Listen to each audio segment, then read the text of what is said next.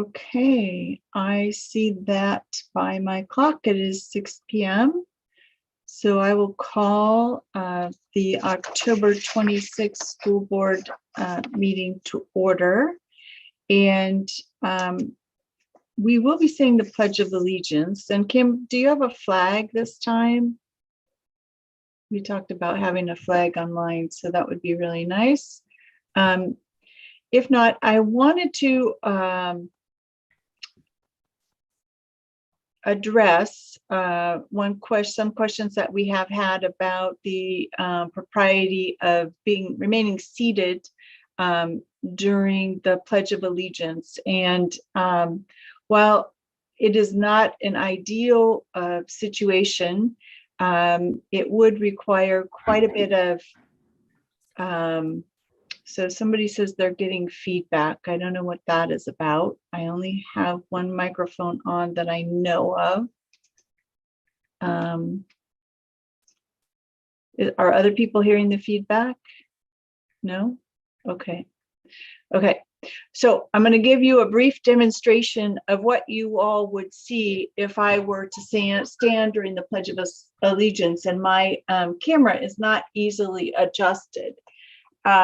So, we could do that, but I think that under the circumstances, we do respect and value the flag and our patriotism.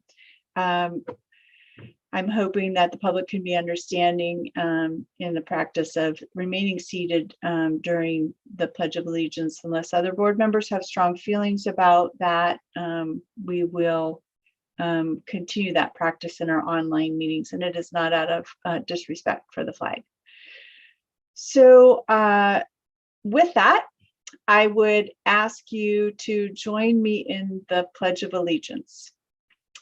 I pledge allegiance to the flag of the United States of America and to the republic for which it stands, one nation, under God, indivisible, with liberty and justice for all. So thank you for that understanding.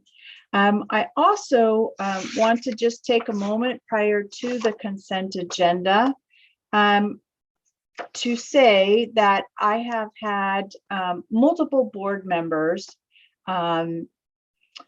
ask me to serve as the board member police in my role of enforcing board operating practices and board meeting norms. During board meetings and also online, there have been some communications that have, I feel, fallen outside of the norms that we did agree to. I previously had thought that this board collectively had not been through the process of agreeing to operating principles and board meeting norms, but I've come to learn that we actually did do that in January of 2020. So all board members ought to be familiar. We all agreed to buy into the operating norms, and I just would encourage each of you to review those and personally recommit. Some of the highlights that I feel jump out at me based on recent interactions are, one is presuming positive intent of other board members, that we respect each other enough to realize that though we may have differing views on various topics, that we are each coming from a sincere place and that we are representing beliefs or constituents that are that hold a valid opinion, and that treatment of all persons in our board is courteous, dignified, and fair, and that there is a respectful atmosphere. It says throughout the whole meeting, but in light of some of the things that have also occurred online, I would also say that applies to online communications as well. It says that the board president will enforce the agreed upon norms. And so to this, I'll say, in-person meetings, perhaps I wasn't quick enough to step in at the in-person meeting. I trust each of you to moderate your own behavior and to uphold the norms and principles. I will jump in if it happens again and it's blatant and obvious, but I really would like it if each of you would commit to the norms and operating principles and abide by those. Electronic devices can be out at board meetings, but they should not be a distraction, and obviously should not be used for board business. I don't know of any instances where that has happened, but perhaps a distraction could be said about some past behaviors. Under operating principles, this one really was important to me, that we establish priorities for the district and keep district resources focused on student learning. And that means that we also ourselves need to be focused on student learning. And perhaps we've stepped away from that in some regard. We need to listen to and represent the community. And so we need to continue to have public comment and continue to respond to our constituents online. We have agreed to advocate and be a champion for the Wenatchee School District and for public education. And so let's refresh our memories on that one.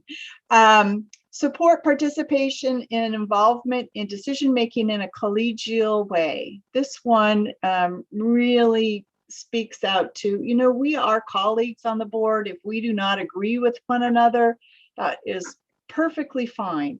It's obviously expected that we would not agree with one another. But in our disagreement or in our non-agreement, forcing our own opinion is not helpful. It's not collegial, and to denigrate others is equally in misalignment with the board operating principles that we agreed to. The board speaks with one voice. Directors who are in the minority agree to support board decisions when action is taken. I think this also applies to incidences where each of us might speak online in our own personal Facebook pages or on Facebook groups that we should not be speaking about board business in those forums, because that is not the method that the board agreed to collectively back in January. So one of the things is that the board the board does not carry out policies or micromanage. And I will say that I believe that also applies to not micromanaging board members. And I'm not going to do that. I don't, as a manager in my professional career, I have never been a micromanager, and I don't plan to start being one now. We're all adults, and I expect everybody to monitor their own behavior. I'm uncomfortable being in the role of micromanager, and I don't think it's appropriate. And then one of the other highlights, there's many more bullet items in both of these documents, but the last one that really spoke to me in the current circumstances was that the role of board members is not to make promises as an individual board member. And I realized that since we are actively in campaign season, that there is a role for board members individually to make promises to the community, but you need to be really careful about where you're making those as an individual, as a part of your campaign, and where you are making those on behalf of the board. So just invite you to take a look at those documents. If you need to source them, Kim can send them to you. And by a nod of head, I would ask that each of you would nod to acknowledge that you agree to the board operating principles and the meeting norms that we had previously met together to discuss in January. So please nod. I see everybody nodding. Thank you very much. Okay. I think unless there's any other discussion any board member wants to have, that's all that needs to be said about that for the moment. So thank you for that indulgence. So moving on, next is our consent agenda. And on our consent agenda this evening, we have the minutes from the October 12th regular meeting, vouchers and payroll, personnel report, surplus report, contracts, and in the enrollment and financial report. Is there a motion to approve the consent agenda? I move approval of the consent agenda as presented. Thank you, Michelle. Is there a second? I will second. Thank you, Martin. Is there any discussion? Okay, one by one, this is a roll call vote. Maria? Aye. Martin? You're muted. Aye. Unmute. Aye. Thank you. Michelle? Aye. Julie? Aye. And Laura is aye also. Thank you. So that motion passes. So next on our agenda is citizen comment. It's my understanding that we have 5 members of the public that wish to speak publicly this evening, and Kim has the 3-minute timer. So I'm hopeful that those who are speaking can see that 3-minute timer. If not, would ask that you would keep track of your 3 minutes on your own. I'll try to let you finish a thought if you're in the middle of something, but want to be really close to that 3 minutes. Who do we have first? Johnny will be up first. Okay, thank you.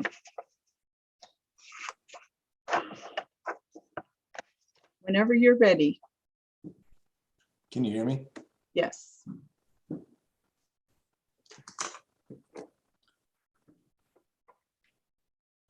You started the clock. I'm not.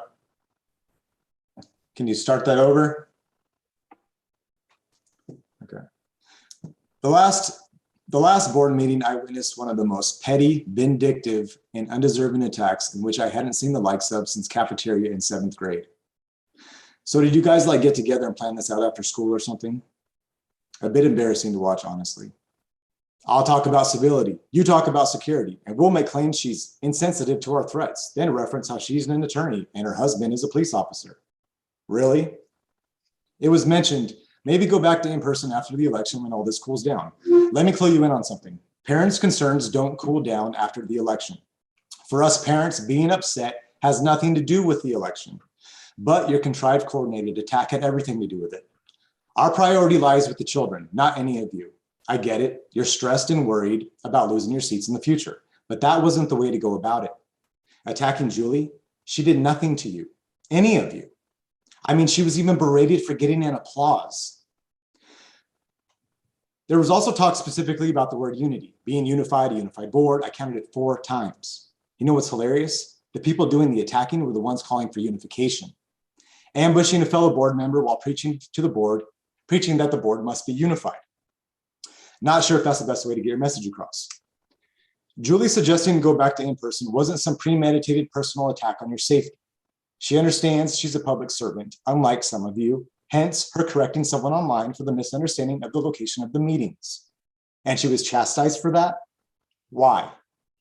You might not like that group or the people in it or the people who associate with the people in it, but everyone has a right to be at those meetings. It was obvious she was trying to be helpful, and isn't it her duty as a public servant to correct that mistake? In addition, it's not like Julie has some crystal ball to foresee who will attempt to overthrow the sacred rules of the school board meeting. Parents want to be in person. We want to see you face to face. We're not allowed to interact with you, so we'd also like for you to see us. It's been an effortless ride for you, forcing policies down our children's throats with relative ease. Parents are finally waking up. We're engaged. We don't want what you're pushing, and many of us are upset. So now you're getting some pushback, and you don't like the confrontation. Will you protect our children from forced inoculation? It doesn't appear likely, and this worries us. Did emotions run high in that last in-person board meeting? Yes, but no one was going to hurt any of you. Had someone tried, they would have been dealt with swiftly by the same parents who disagree with you. These people are not criminals. They are hardworking, tax-paying citizens who love their children. We may not agree on many things, but if I saw anyone trying to attack or physically harm any of you, I'd be the first one out of my seat to defend you. I know a few who were at that last meeting, and they would have done the same. By the way, Julia had nothing to do with this, so please lay off of her. God bless and good luck in the upcoming election, everyone. Thank you. Thank you, Johnny. Next up is Wendy.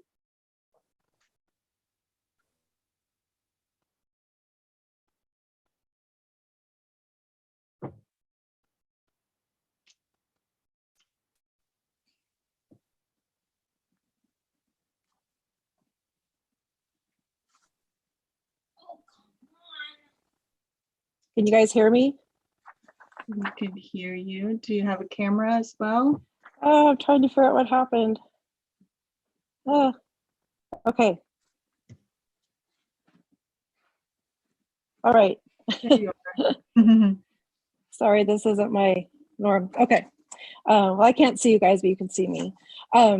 I wanted to, and thank you for the opportunity. I wanted to address you about the strategic plan that's on your agenda this evening. It looks like it's an action item. And I did reach out to Paul, and unfortunately, I got an auto reply. He was out of the office today, so I couldn't chat with him. But I just wanted to walk you through my understanding of the process to date. So back in September 2120, he presented to you the process of how this plan would come together, and he talked about 3 different groups. There would be the public that included students, parents, and business partners, the strategic planning committee, and finally the school staff. And you as a board were encouraged to personally invite people to serve on that planning committee. On November 9th, Paul let me know that the district had announced that it would be forming the committee and invited members of the community to submit their names for consideration. Yeah, I missed that announcement, as probably a lot of us did. We were in the middle of a pandemic. We were juggling jobs and remote learning. That's all I could do to keep my boys off of YouTube and playing games and keep them engaged in their learning. You had about 40 names submitted according to Paul. And so the final committee, from what I understand, included about 5 parents, 5 students, and 5 community members. So I came to you last May because I was concerned after seeing the initial draft, where the information and results, how that information was gathered. And I asked for a response from Paul, which he was gracious enough to do. And you were all CC'd on that email. And in it, he replied, within our strategic planning committee, we asked members to share their personal experiences and conduct informational interviews with their peers, friends, families, students, and community members to garner broader perspectives and provide feedback. These interviews are not intended to be quantifiable studies, but rather a period of discovery to better understand and self-reflect the academic, social, and emotional journeys of students through the Wenatchee School District. And then later he said additional stakeholder feedback will be sought from staff, parents, and community members as we continue to develop the strategic plan. Our ultimate goal is to develop a plan that has buy-in and support from the entire community. From my understanding, staff was just recently shown this draft, which appears final. It was after a long day of training. It was about a half an hour. And if I was a staff member, I would look at it and think, well, it's done. What point would it be for giving feedback at this point? Since then, I have not heard of opportunities for feedback that has been given to other parents or students that were not involved in that strategic planning committee.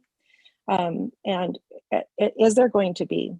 How has the wider community been included in this process at all?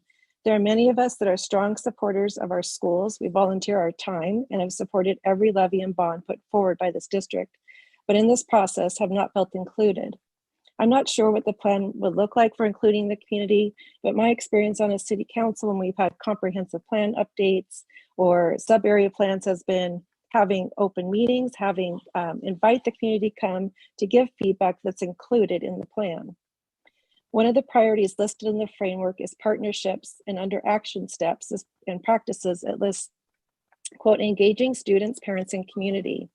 I would ask that this plan is not adopted until there is wider engagement and support by the whole community and school staff.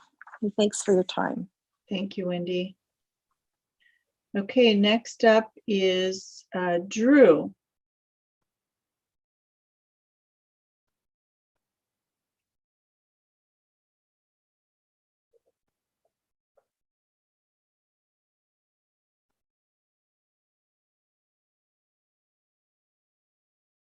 I see that he responded in the He should be chat. coming There in. he is. Okay, there he is.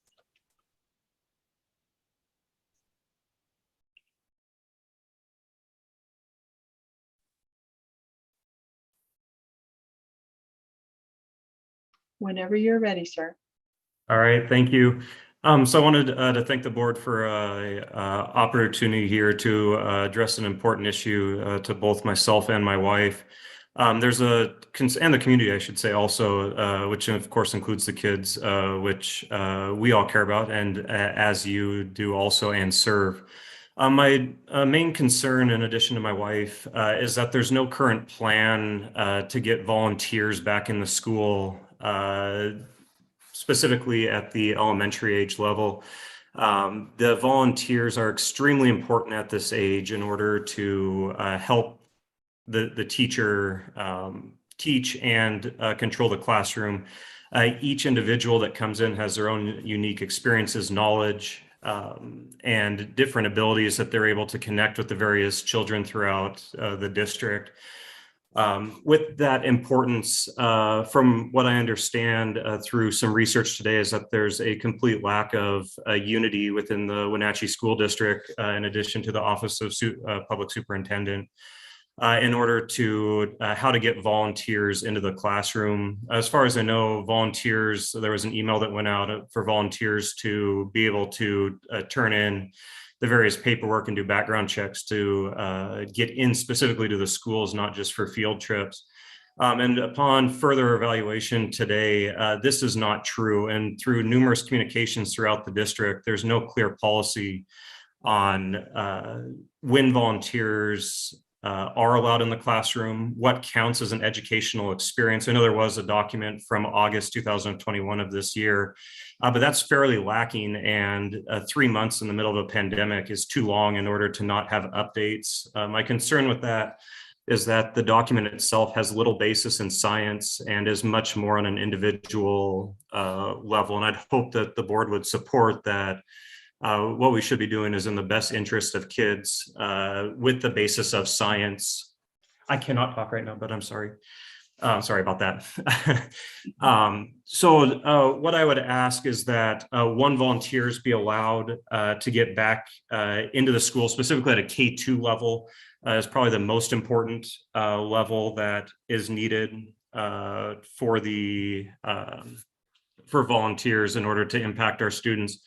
And then also that there needs to be a uniform policy from the district about when are volunteers allowed, what's an educational experience, and those types of things. Right now, again, got roughly 5 different answers today on what policy the Wenatchee School Board follows, with none of them agreeing with each other. So highly concerned with this issue, again, advocating for our kids to have volunteers within the classroom. And I'll finish with this. The school district at this point has set up what they believe, and I support as being a safe policy for in-house workers, including substitute teachers, actual teachers, and anybody else who goes within the school. I'd advocate that these same safety precautions, which you all agree are safe because you let these people into the schools, should also be allowed for volunteers. Thank you. Thank you very much. Okay, next up we have Rachel Petru.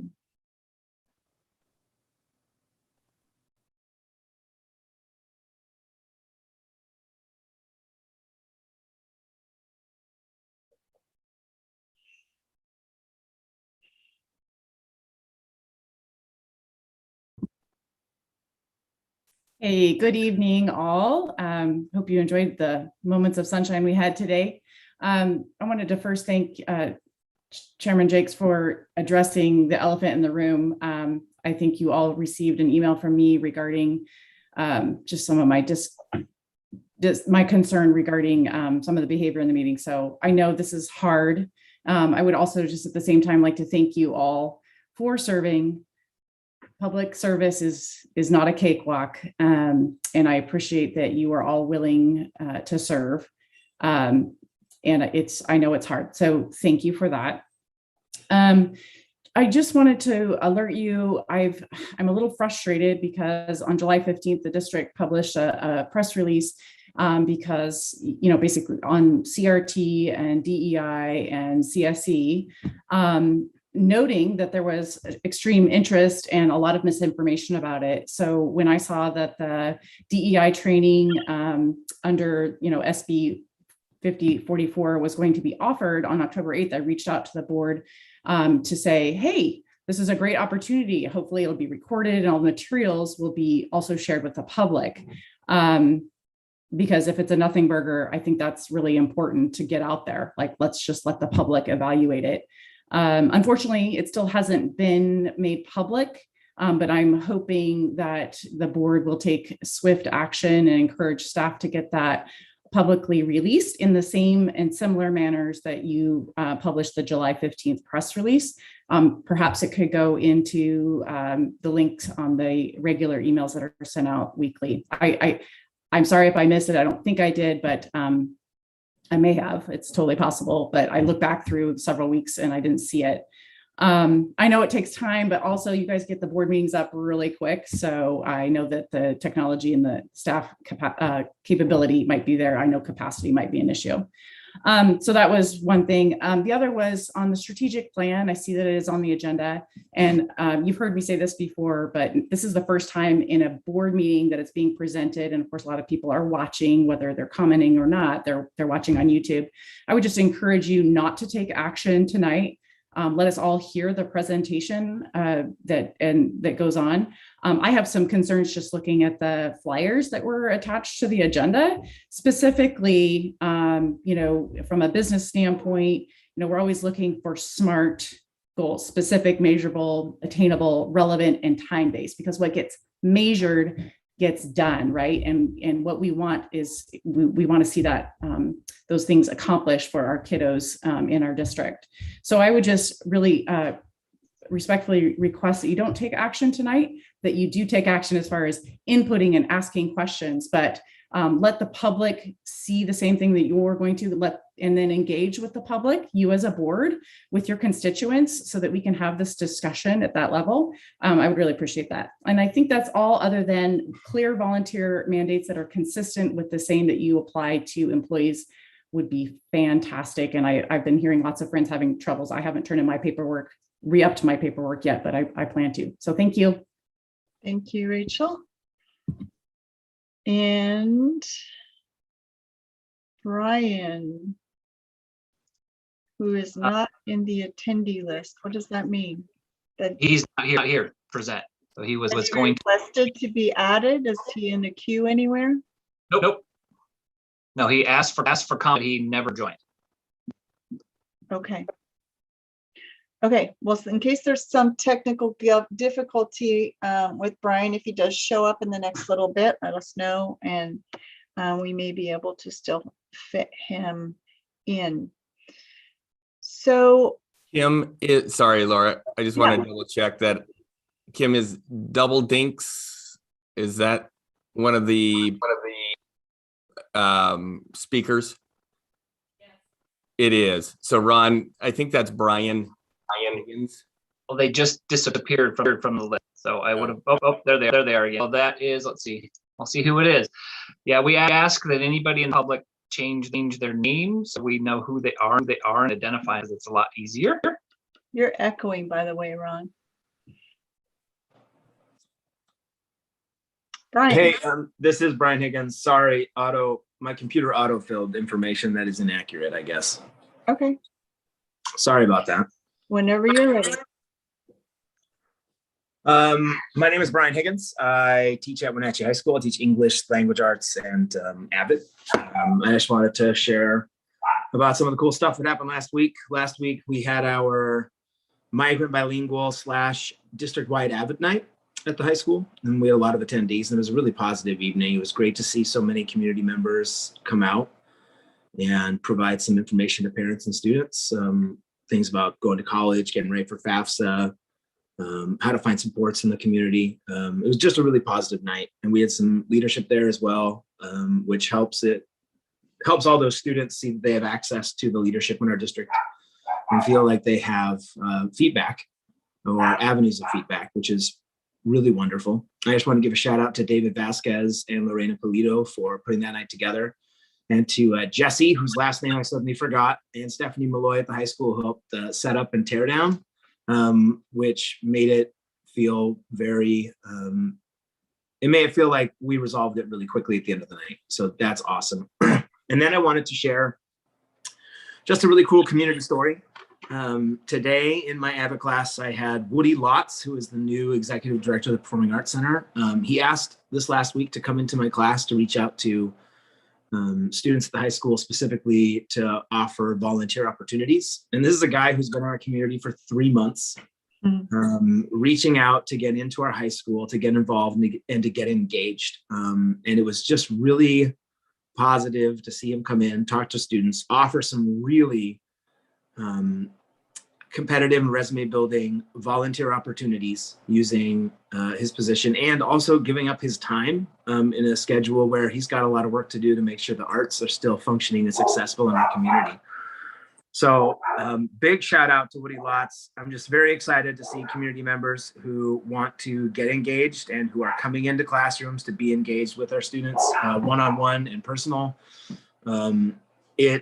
I think it shares the impact and the strength of our community when someone who is new to it feels that that is something they should be doing right away. So Woody Lotz, new Performing Arts Center director, thank you so much. You're probably not in the audience watching this meeting, but hopefully someone will share this recording with you, because it meant a lot to my kids that you shared your personal story, which is a lot like their personal stories, and was surprising for all of us in the room. Certainly my students were making some judgments as soon as you walked in, and you dispelled a lot of those things that they were making judgments about. And then to also feel like you're offering them something that isn't your normal volunteer work and makes them feel like they have an impact. So thank you very much. Thank you, Paul Gordon, for coming to our Migrant Bilingual Night. Thank you, Maria Niguez, for being there as well, and Martin Barron for listening to me chatter about Culture Playbook and culture building in our Avid program, which I know can be tedious, but also is super important. So thank you very much for all your time. I remember seeing Mike Lane and Corey Callahar there as well. So thanks to those guys as well. Thank you very much. Thank you, Brian. Appreciate it. It's nice to hear about kiddos and positive experiences and refocus our focus on students. Okay, so follow up to this, Paul, I would like you to comment. Sorry, I'm putting you on the spot here. We have had a discussion about questions that are asked at public meetings and how we would be responding to those, and wonder if you are prepared to make a few comments about that. Yeah, absolutely, Laura. We call that in the cabinet a no-look pass. So yes. So during the superintendent report, if I have the necessary information, I'll respond to any public comments that I feel very comfortable responding to.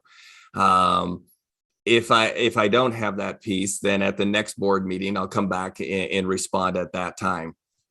The other places that we're going to make sure that those are captured will be in our, so we send out a regular board summary. So within that board summary, we'll also capture those pieces within that summary. So it's contained, people can see where we put that information, and it's out to the entire community. So the entire community has an answer to those questions that are asked. It may not be every question, but the large overarching questions are the ones that I'm really going to try to make sure that I'm answering that night or at the next meeting. And then again, like I said, we'll follow up in the board summary with my responses or staff responses to that. That way we can just make sure that we're tracking those as well. And that was something that was really important to Laura, that we're tracking those long-term and having that information for us. So Laura, is that what you're looking for? Yes, sir. Thank you very much. Appreciate You're welcome. that. Okay.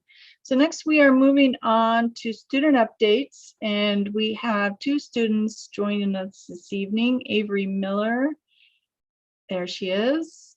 So apparently you're going first. So unmute yourself and tell us what's going on. That works. So my name is Avery Miller, and I'm the Wenatchee High School ASB president. Just sharing some updates. So at Wenatchee High School, our most recent major event that took place was homecoming. It really exceeded all of our expectations, especially with the restrictions we had to work around. The outdoor venue worked incredibly well, and everybody else in ASB worked super cohesively to both set up and tear down. I think it was a strong testament to the adaptability and hard work of our ASB as a whole. The amount of tickets purchased also reached an all-time high. The previous record was around 750 sold for homecoming, and this year we sold around 1,000 tickets. Wow. Yeah. In addition to that, a main focus as of now is helping out our community. In previous years, ASB has participated in a Halloween food drive, but in response to the conditions of our Wenatchee High School's Panther House, our culture group in ASB has created a class-wide competition to collect items in high demand. Today is only the second day, and we have already produced a ton of donations, and classes are getting really competitive. So it's super exciting to watch. Along with that, a documentary was also produced about the Panther House to spread information and awareness by that same culture group. We also have the Les Schwab Community Toy Drive on our horizon, where we plan to partner with NCW Life and many other community organizations in order to provide Christmas gifts for children in need that live in the Wenatchee Valley. We also had members of the Chelan County Fire Department join us in the crowning of our homecoming royalty to establish a union between Wenatchee High School and the community that we are so grateful for. We will continue to serve our community as an ASB in any way we can and seek out more opportunities. Super. Thank you for joining us, and congratulations on your position as ASB president. And we'll look forward to seeing you again. Thank you. Me too. Soraya. Hi. So my name is Soraya, and I'm the president of the Leadership Club at Westside High School, and I'm here to tell you about what's been going on. First, we would like to say how happy we are to be back with the board and to share with you everything and everyone else that's watching everything that's going on at Westside. So the week of November 1st, we will be all done with our state testing. Last week, October 18th through the 22nd, we had our annual Fall Spirit Week. So we did Pajama Day, Pink Day for Breast Cancer Awareness, Decades Day, Anything But a Backpack Day, and Halloween Costume Day. And this was tons of fun, and lots of students and staff participated and enjoyed it. So currently our leadership program is working on letters to veterans for Make a Difference Day. And we are so excited to get back to this since we haven't been able to do it in 2 years. And this year we received an additional list of veterans, so we're excited to get more letters out to them. We are partnering with John Puris and Chesla DeRue's 5th grade class from John Newberry and Tina Nicopin Brown's 5th grade class from WIA. And we will also be incorporating the letter writing into our English classes. Leadership has also renewed our partnership with Bombas Socks Company, and we are now receiving the max donation of 3,000 pairs of socks. We are just waiting on the shipment as COVID-19 has put them behind. So hopefully November or December, the socks should arrive. We are planning on starting up our senior mentor program again this year in November. And Yearbook is doing a fundraiser this year, taking senior photos on November 6th from 2 to 4 for $25. With that, do you have any questions for me? Thank you for coming to the board. It's great to see you. I want to say that, and congratulations on your presidency for the Leadership Club. And that was a great report. We really look forward to seeing you and Avery back at future meetings. You're doing a great job of telling us what's going on. we appreciate it very much. Other board members? Great presentation, and look forward to seeing the mentor program up and running in November. Mhm. I love hearing that both schools are focused on different community service projects and reaching out to others.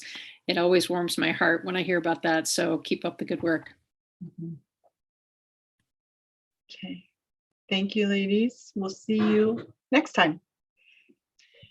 Moving on, next, we have more accolades.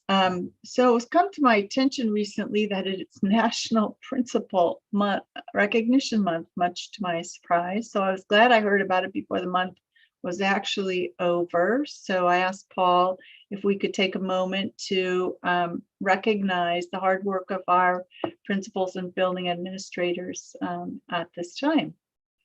Yeah, Laura, we've spent the month recognizing our school principals, our assistant principals for their incredible contributions. The role of a school leader is around vision, around leadership. It's around dedication. It's around commitment to ensuring that each of their students will be future ready. And it's a tireless and at times a thankless job for all the work that we do. But as a superintendent, I know the incredible importance that a school leader brings to each school. Ultimately, a school leader champions the work at each of their schools. And without incredible school leaders, the work doesn't get done. The work stays stagnant. And that's not what our leaders do. Our leaders make a significant difference in the lives of their students, in the lives of their staff, and in the lives of their parent communities. They really are these mayors of these communities. They engage people. They're out there first thing in the morning. They're there until the end of the night. They're at games. They're at events. Their parent-teacher conferences are starting tomorrow through Friday. They literally make the schools operate each and every day. And throughout the pandemic, that was one thing when we were online and then hybrid. But this year has brought on unique challenges that each leader has had to navigate beautifully. From quite honestly, first thing in the morning, most of them read what's called the Red Rover, which tells them how many staff are out for each day, and having to make adjustments right there, reaching out to their office managers, making sure they have the right staff in place. For some of them, last week, I know one of our leaders was teaching orchestra, while 4 other staff members were filling in for other staff members who were out sick for a variety of reasons. So it is this incredible balancing act that happens each and every day. And then they're responsible for the learning and teaching that occurs within their buildings. The research is clear.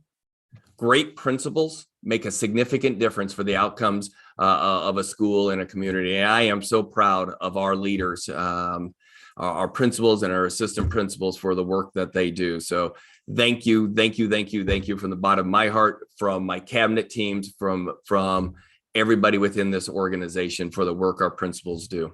Laura? Agreed. Agreed. We don't often see our principals in action, and without them, none of this learning, no learning would occur. No operations at school buildings would occur. They play a very significant role, and I also am very appreciative of each and every one of them. Other board members? Yeah, I just want to echo what both of you have said. Our principals don't always get a lot of recognition, but they have been they're always on the front lines, but I think even more so during COVID, they've had to troubleshoot kind of new areas. So thank you to all our principals and assistant principals for all the work that you're doing this year and last year. We know it's tough, but we're so glad that we have all of you. Yes, big shout out to all of them. I think one of the COVID has kind of, put them in different places, but at the same time, they're more visible. So I see, shout out to Mr. Weaver, who was working the crossing guard a couple weeks ago for a few weeks. And so, probably not how they would like to be spending their mornings, but as parents and students, we love seeing the smiles and the visibility. And that's just a little bit of what we see, it, knowing there's so much more that's happening behind when school starts, on top of the roles of a principal. So keep up the good work. And I also want to add my gratitude. Work is very, very hard, very difficult. You've got balls flying all over the place, short-staffed. So the principals and leaders in the buildings, I really thank you very much. And something I want to comment on, I don't get around very much, but it is funny how often, or it is great how often I'll see a principal on a sidewalk or in a corridor going face-to-face with students and staff and creating goodwill. And that's taking the time to do that when everything is so full of work is much appreciated. Thank you.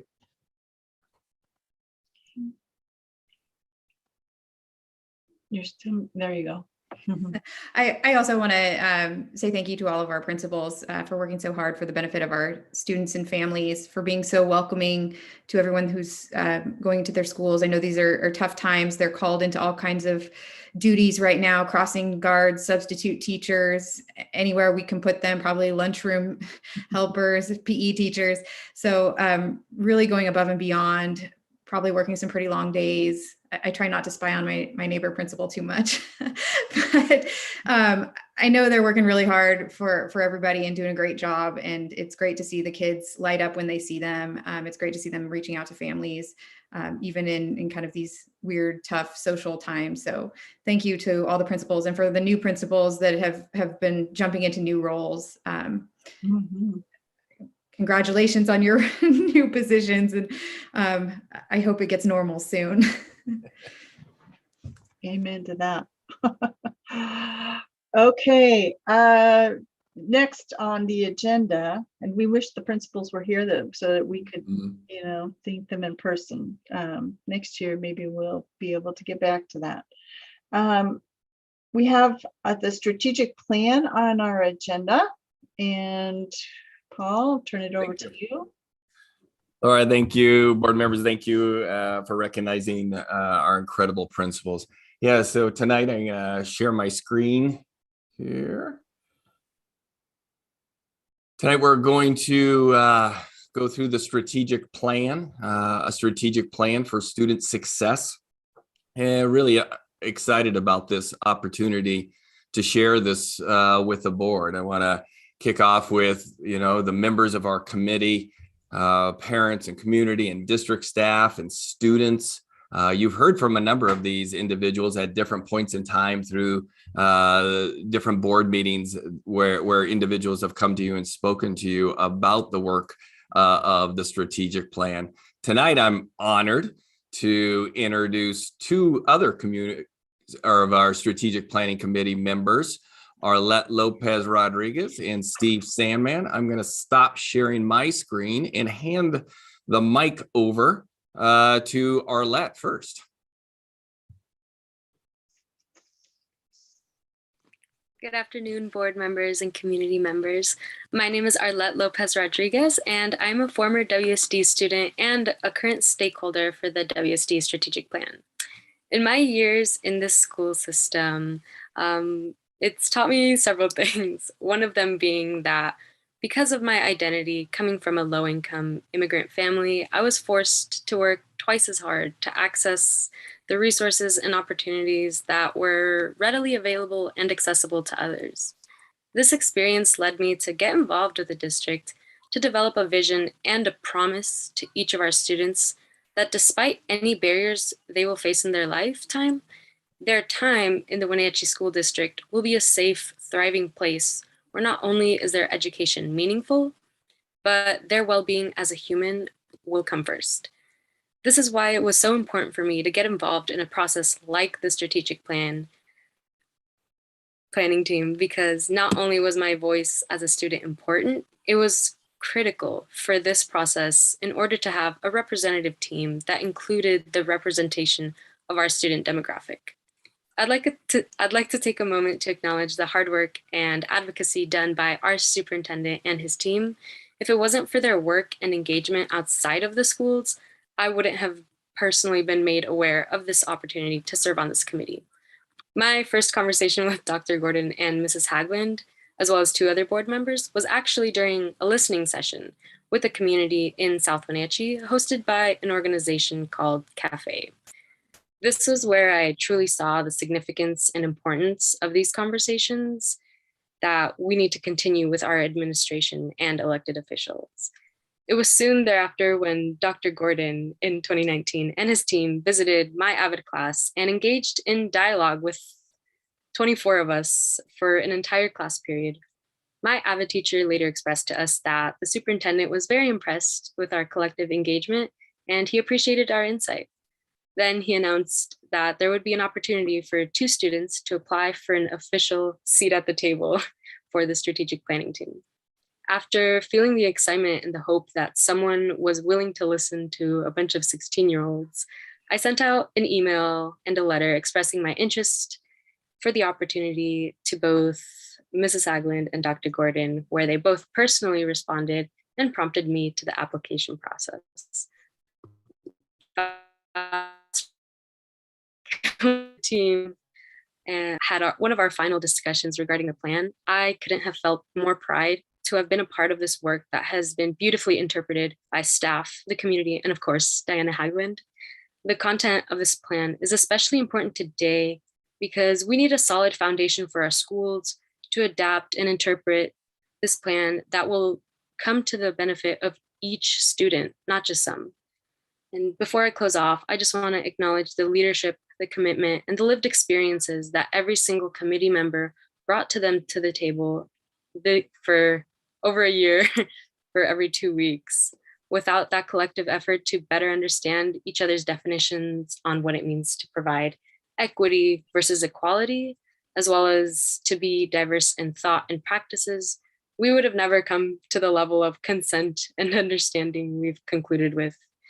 It was pretty hard to express your own definition of equity to some people that potentially will not interpret your answer that way, but it is worth the investment and worth the conversation. Working alongside school administrators, parents, and teachers, I gained experience that I hope to put into practice, continuing my higher education after attending the Wenatchee School District. Knowing that this plan has the potential to better the lives of my younger siblings, of my neighbors, as well as your kids, I put forth my full support for this plan. Thank you. Thank you, Arlette.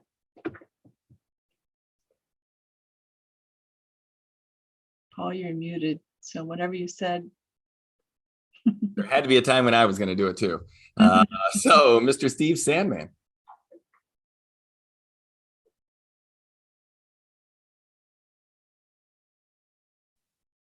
Thank you, Paul. Thanks to the members of the board for giving me a few minutes to address all of you this morning or this afternoon. My name is Steve Sandman. I am a community member to the Strategic Planning Committee. Just a quick background on me. I have a 43-year marketing background. But the most important thing that I thought I brought to this committee is I am a product of the public school system. I got a great education. I remember my school years unbelievably fondly. And I had opportunities through my school systems that I wanted to make sure that all kids and all students had to grow and learn and graduate and become productive members of our society.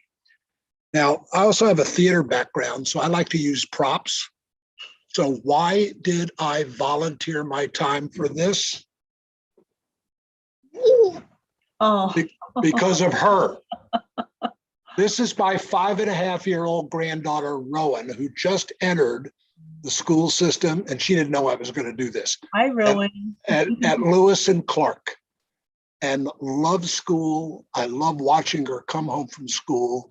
and her future is on the line, just like all other students, from what this committee has done and what all of you will do. This was an incredible process. It was 20 or so people. None of us asked for COVID, but we all got dealt the environment that we worked in. And to watch these school administrators and teachers and students, and the students were just unbelievably, incredibly good at the information they had and the perspective they had, some of which I had forgotten, because if you can't tell from my looks, it's been a long time since I've been in public school. But they were incredible in their insight as to what they felt about their schools and the school system and what they'd like to see, as Arlette put, for her siblings going forward. And now that I have a granddaughter in the school system, I have skin in the game. And it was very important for me to just least and have this participation in the process. This plan is important. It is a roadmap for the future of our children and our children's children. And it means a lot to me and my family. And the fact that I got to participate in this this process was unbelievably rewarding to me. And I am so proud of the team that Paul and Diana put together. They did a remarkable job facilitating these meetings that have been going on for a year. And all of these people, remember this, please, all of these people volunteered their time late into the evening sometimes. But when we ran late, the work was so important. Nobody wanted to get off the Zoom call and go home. We all stayed until we had accomplished the work for the evening we had set out to do. This is important work. The work that you and future boards do with this plan is important work. It is a roadmap for our children and our children's children and their education. And when you see Paul present this plan, I do have an ask, because I'm also in sales, and salespeople don't go away without asking. I'm asking you to vote for this plan to move forward so the important work can get done. Thank you, Paul. I'll turn it back to you. Steve, thank you. Arlette, thank you. Steve and Arlette are two examples of the incredible humans that we had step forward and participate in this process. And as Steve and Arlette both beautifully said it, this was a long process, a longer process than we originally announced for. And they all stuck with it. They hung in there. And the thoughtfulness of this team and how this team came together, and I'll be clear, there were a number of disagreements throughout the entire process, and they were thoughtfully discussed and thoughtfully debated. But the people on this team literally made it. And again, as a reminder, I didn't know any of these people. I was the new guy. It wasn't like I knew any of these individuals. I met Steve one time as I was running through the district early on, but I never knew Steve. I didn't know Arlette. I didn't know individuals on the team. They asked to come on and participate, and boy, did they participate, and boy, did they nail it. So just my incredible gratitude to every member of our team that did reflect. You know, they're all community members. We had students, we had certified staff, administrative staff, and classified staff on there. We had community members, parents. We had Latino parents, Anglo parents. It was a diverse group of individuals and thoughts that came to the table. We had people who I knew when I first got here were challenging the district and wanting the district to get better. And challenging the district forcefully at times. And when I saw one of their names, I was like, I have to have this person. Again, I didn't know who he or she was, but I knew I needed to have this person because right out of the gate, this individual was saying, we've got to get better. And here are the things that I have huge concerns about. So all that to say is just an incredible group of people that I'm so thankful that I had an opportunity to get to meet and get to know and get to learn from, quite honestly. All right, so back to the presentation.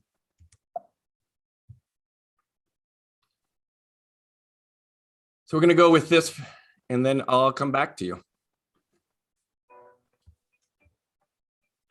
Wenatchee is one of the most beautiful places on earth.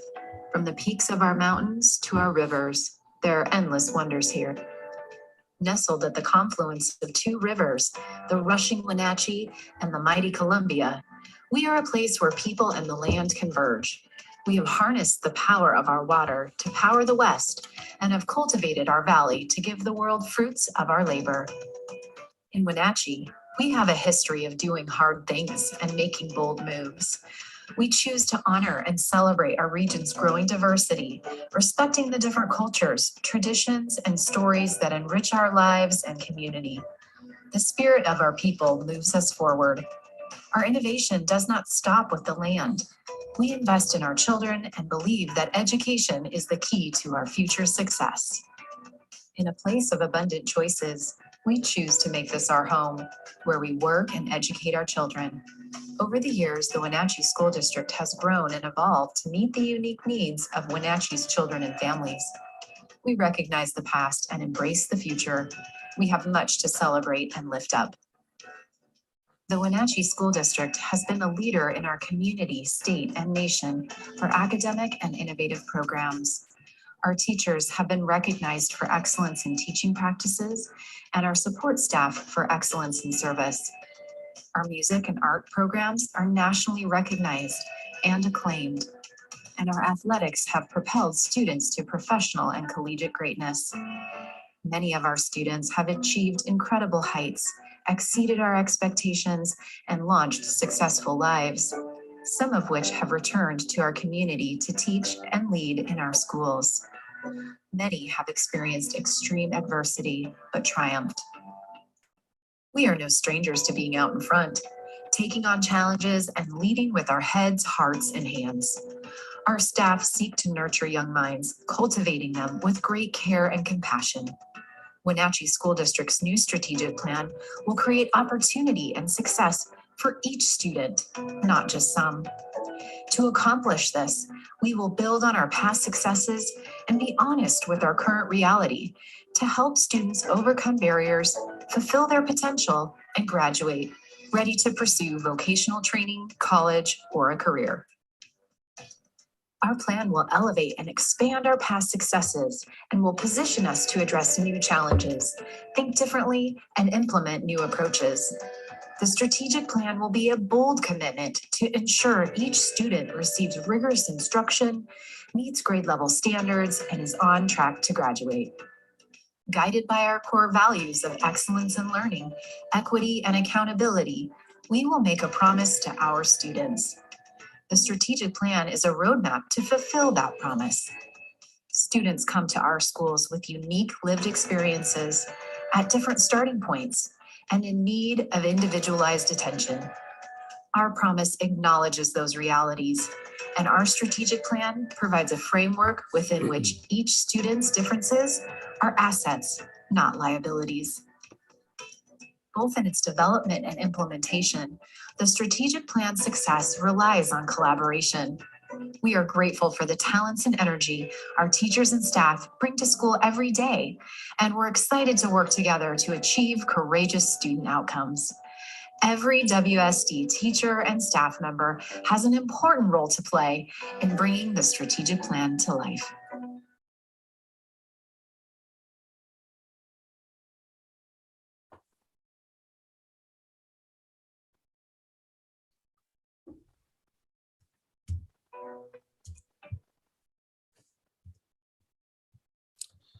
So first off, just a little backstory here.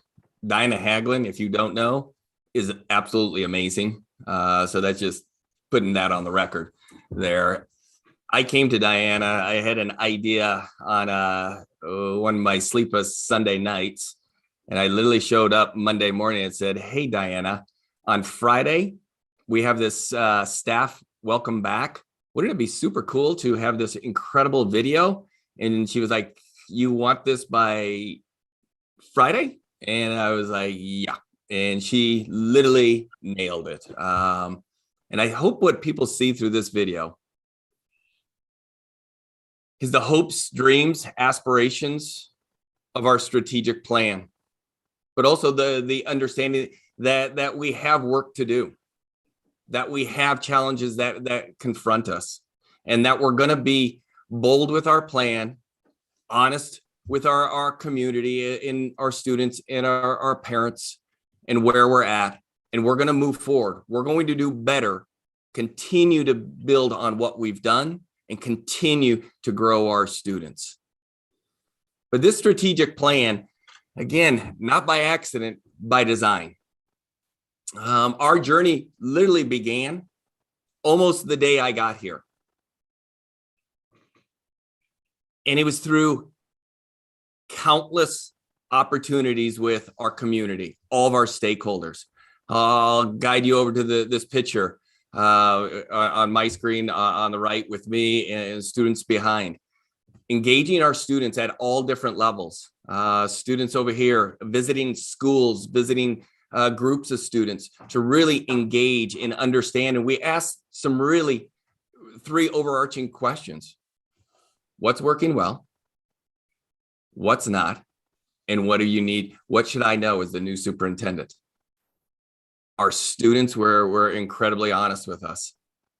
Over here in this picture with my Mr. Rogers sweater on, this is where a young 4th grade student raised her hand at almost at the end where Diana and I were getting ready to leave. And she wanted me to know that she couldn't read. And the room was completely silent. I looked back at the teacher, and the young person said, I'm so embarrassed that when I go out on recess, I think kids are laughing at me because I don't know how to read. The point of that story is to tell you that wherever I was, and in the groups I engaged, people were brutally honest with me. And at times, things that we don't always want to hear. At times, we want to hear the happy stories only. And we heard a lot of that. Don't get me wrong. We heard a lot of really inspiring stories of students who were accomplishing incredible things. But we also engaged our parent communities. I know this is way back when, pre-COVID, but the previous board, we were doing listening sessions. This is down at the Pybus Market over here, and on my left-hand upper screen there. That's a picture of the board did 3 big listening sessions. Again, those 3 overarching questions where community members came out and talked to us about what they perceived as our school district and where we're at, the good, the challenges and the opportunities, and what they wanted me to know.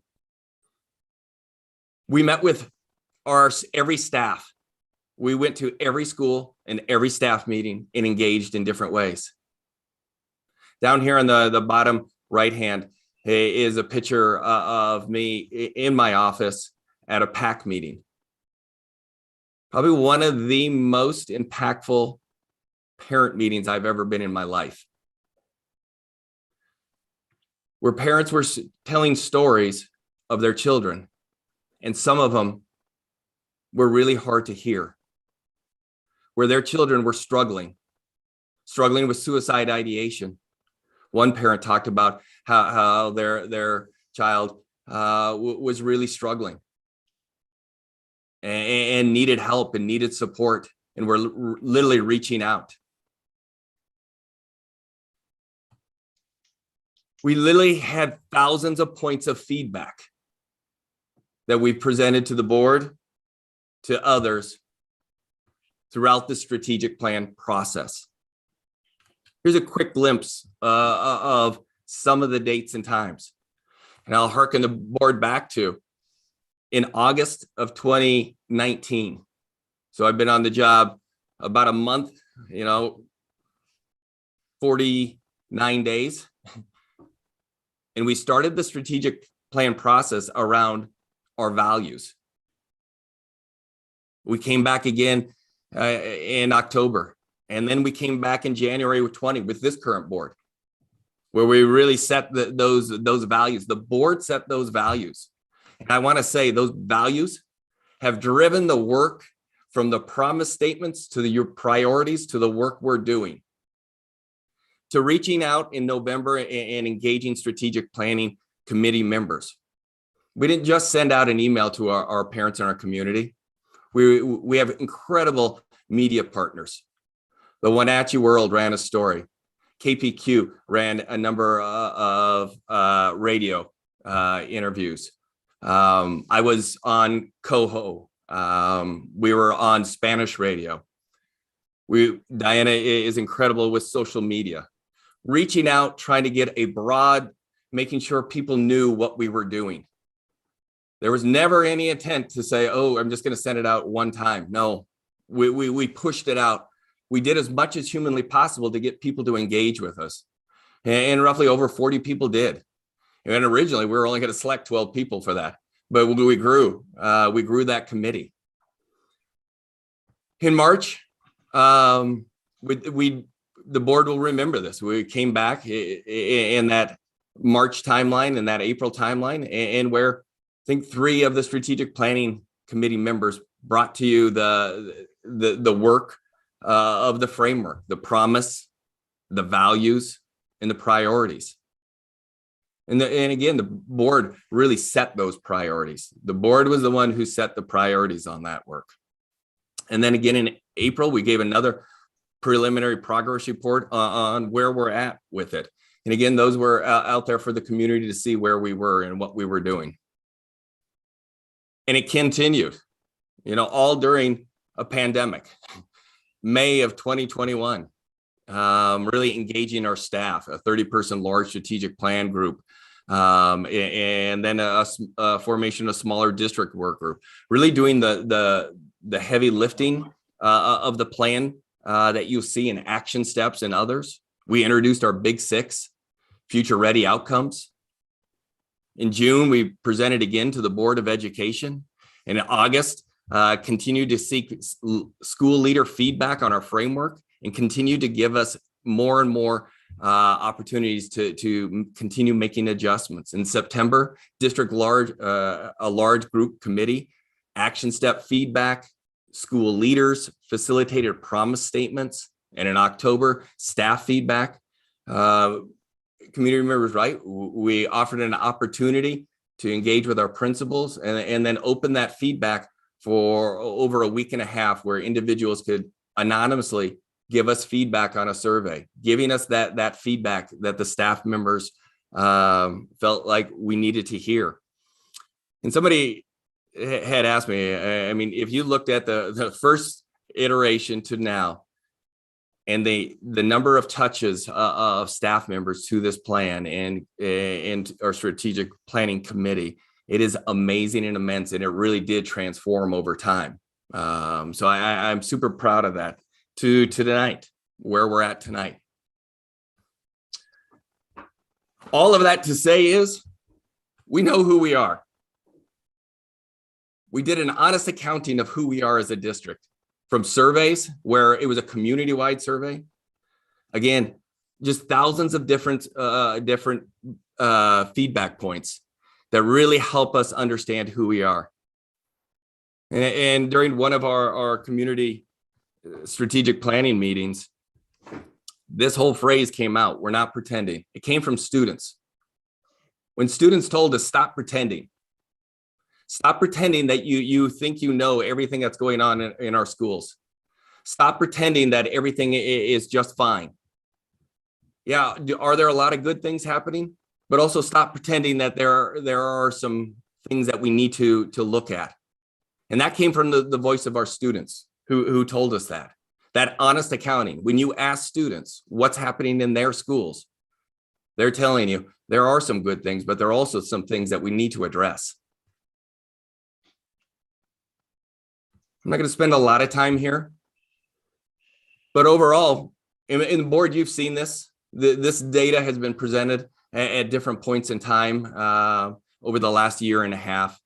And this one's English language arts, smarter balance. So it's 4 years of data, 5 years of data, I apologize. Just giving you a quick glimpse. When you go diagonally following the color, that's a cohort. That means for the most part, that's the same group of students who move through. This is that academic side of being honest with who we are as an organization. And again, this is all students, 3rd through 10th, through 11th, who take smarter balance. And overall, we're doing some good things. We're growing some kids, if you see on that far hand cohort side. But we have work to do. We have work to do. And then this breaks it down for socially disadvantaged students. Many times it's 10 to 15 point difference in student outcomes. This is that piece of we're not pretending that everything is perfect. Math, all students. Again, you follow the diagonal cohort trend over time. And there's some areas of concern, great concern. And then socially disadvantaged students. Again, 15% difference between this group and the previous group at times.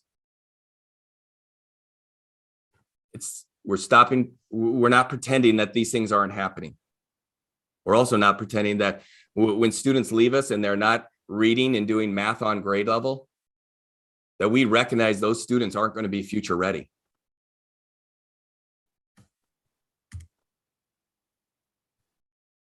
Every great why deserves a great how. Every great why deserves a great how. Why are we doing this?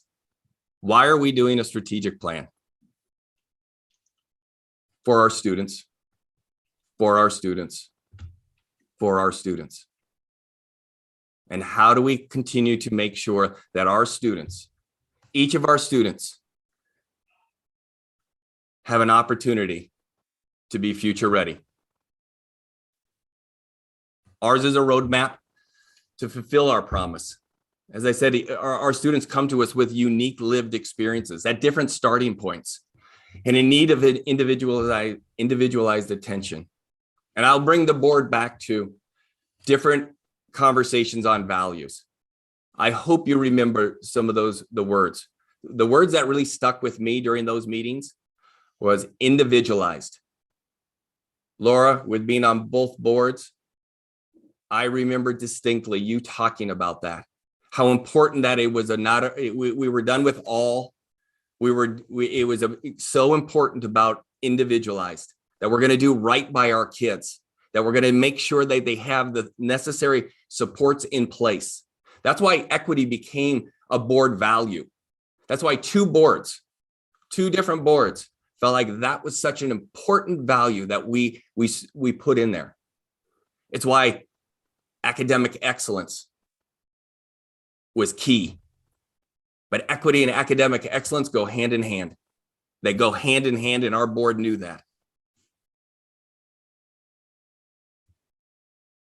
Our promise, we promise to build a foundation of diversity, equity, and inclusion from which each student emerges future ready. Our promise is about building a foundation. And again, this is we're not pretending. We have to build our foundation around diversity, around equity and inclusion. When I see those words, I see students. I see ensuring that each of our students are ready, from which each student emerges future ready.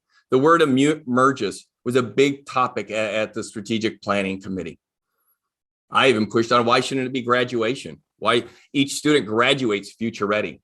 And our team, the strategic planning team, pushed back and said, no, Our students need to be future ready as they leave preschool, as they leave second grade, as they leave third grade. It's always getting themselves ready for their next bit of future. Their future is right now and in 10 minutes and in a year and in 5 years. It's not this magical point when a board member hands a student a diploma on the stage. That's not when they're emerging future ready. That is a point in time in which they're emerging future ready, but that's not the only point in which they're going to emerge future ready. We promise to build a foundation of diversity, equity, and inclusion from which each student emerges future ready. So how does DEI connect to the excellence in learning? Diversity, equity, inclusion are not new ideas or actions. They've been around in education a lot longer than I've been around. Diversity, equity, inclusion have been mainstays within education. Here's the difference, and I'll go back to what our students said. We were pretending that those things mattered. We were pretending that diversity mattered. We were pretending that equity mattered. We were pretending that inclusion mattered from a larger education perspective. And I think I bring that, being in 3 different states, working in large urban school district, working in a small, more affluent school district, and now being an incredible district of Wenatchee. Diversity, how does it show up? What does it look like in our school district? Diversity looks like creating belonging for all individuals in our school district. Working to implement hiring practices and recruitment to attract job applicants with diverse experiences and talents. And I'll tell you, our staff really helped us redo some of the work here in our action steps because we weren't very clear. And our staff feedback, as I'll talk to you a little bit later around some of those action steps, we were better because of their feedback. Ensuring that AP and honor courses enrollment reflect our student demographics by seeking out and inviting students to join. We had people who are pushing it up saying, so you're looking at doing quotas. No, we're saying no matter who you are, we believe in you. We believe in you. Currently, our statistics is we're right around 85% of our honor courses are by white Anglo students only. I know our Latino students,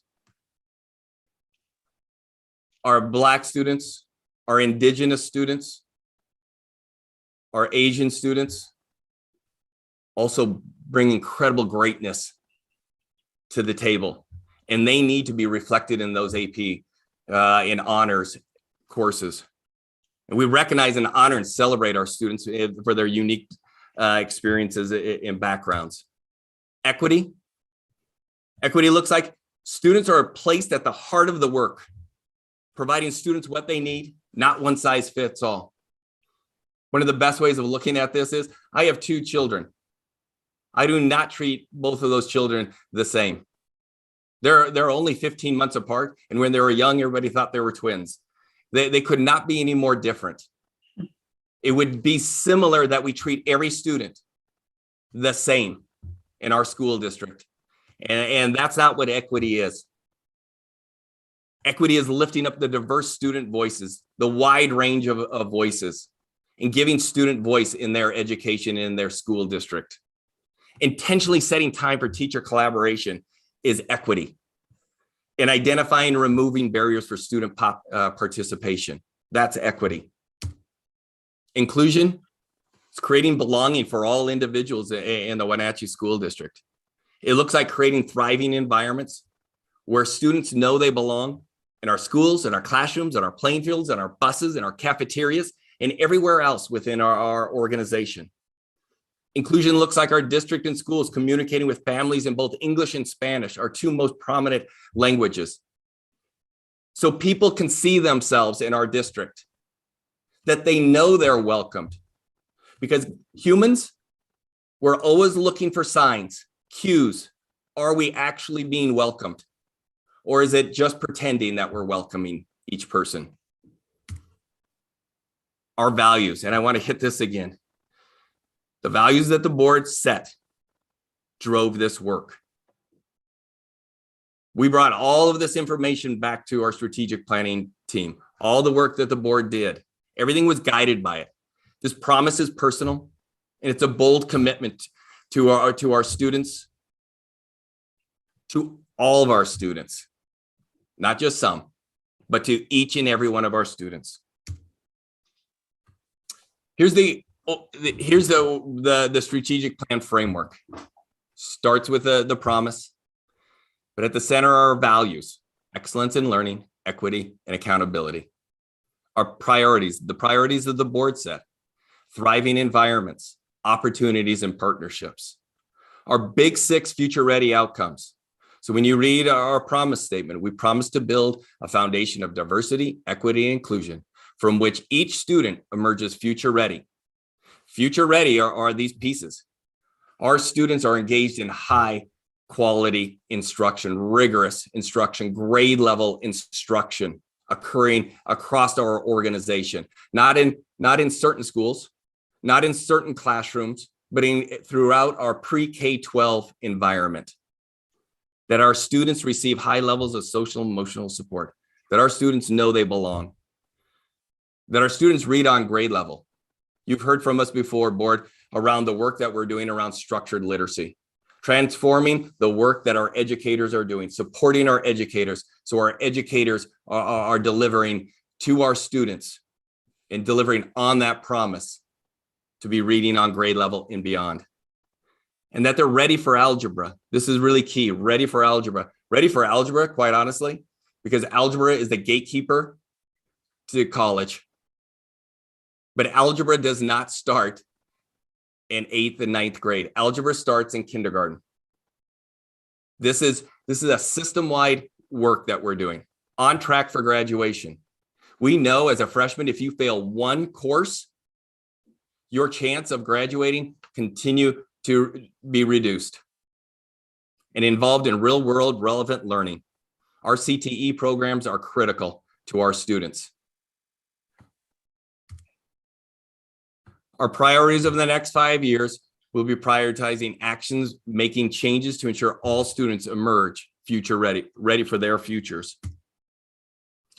So this is the work. This is the behind the scenes work that we're going to be doing. So you have your priority at the top, and then you have 3 priority action steps underneath the thriving environment, from supporting the social emotional well-being of people with healthy and supportive spaces. And how we did this is we looked at it from 3 different lenses. What will the district leadership organizational practices be?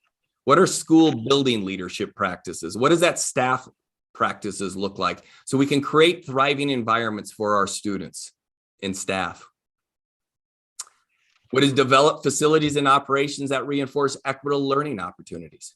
Hiring staff that reflect our community and student body. And then below those are our measurements. Where are we going to be? How are we going to measure this work? How are we going to see that this work feeds into our big 6? All of this work feeds into the big 6, which feeds into the priorities, which feeds into the values, which feeds into the promise statement. It all works together. This is our opportunities. Under opportunities, 3 priority action steps: building the skills and knowledge of our staff in diversity, equity, and inclusion. Building the skills and knowledge of our staff in math and literacy. Remove systemic barriers and obstacles for each student. And then the work underneath each one and the measurements under each one. Many of our staff asked, why just math and literacy right now? It is not that art and music and PE and social studies are not important. It is right now we're trying to build that foundation, that our students are reading on grade level and doing math on grade level consistently across the board. Partnerships, relationships between students, staff, families, schools, and the community that enhance student well-being. You'll see the 3 over the top: staff teaming, collaboration, engaging students, parents, and community, fiscal responsibility, responsible stewardship, and again, the different measurements below. All of these practices that you see here, this is where all of those different staff opportunities, where we brought in principals and teachers and difference from a large group to a smaller groups, really helped us refine that. And then putting out the survey helped us refine this work even more, because this is their work. This is the work they're doing. This is teaching, learning, leading our classified staff members. This is our organization doing the work of achieving the promise. This is the nitty gritty of it. And that's how we're going to make sure that we're moving forward toward the big six. Again, we've recognized these big six. These are really important to us. We know when students, these are, again, all research based. This wasn't just we're grabbing stuff to do stuff. This is looking at deep research and saying, what's going to make the biggest difference in the lives of our students? We know when students engage in high quality instruction, we know they're going to, the level of rigor, the level of expectation is at a much higher level. Receive high levels of social emotional support. Students know they belong, seen or valued. We know this to be so important in the lives of our kids. When our kids know they belong, they're going to be able to engage in the learning at a much higher level. Read on grade level and beyond. Ready for algebra. On track for graduation. Involved in real world relevant learning. So the work continues. Upon approval, the school improvement plans will be developed. So one of the key pieces of this is our school improvement plans in the spring will be made off of this plan. So every school improvement plan will have components of this. Not every aspect of it. It will be based on their school and where they're at and what they're doing. We'll have that soft launch in January, full implementation and communication in August. I want to stress, and we've stressed all along, this is a living and breathing strategic plan. We're going to work the plan and make adjustments in the action steps and in those areas. We're going to be responsive. We're going to make sure we know that things are working, and when they're not, we'll make adjustments to it. We'll have a dashboard reporting our progress to the public. And then the phasing of our work plans. It's going to be really key. Again, you saw a lot of bullets there under the action steps. Again, not every school is going to be taking on each and every one of those, but it will be a phased approach to how we do this work. Again, this is 5 years and probably longer. This work will continue to evolve, and it'll continue to improve the lives of our students.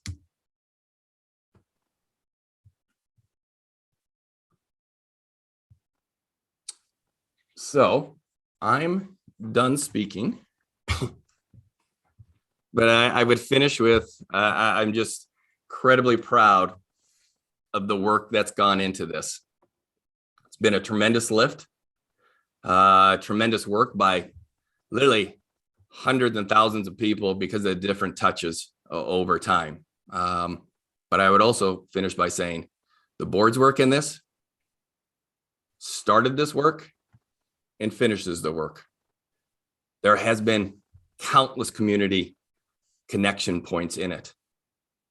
But I'll tell you, the action steps, that's the work of staff. That's the hard work, and why we've spent these last number of months really engaging our staff, really engaging school leaders, making sure that we have this right. So when we start working the plan, that the plan works for our students.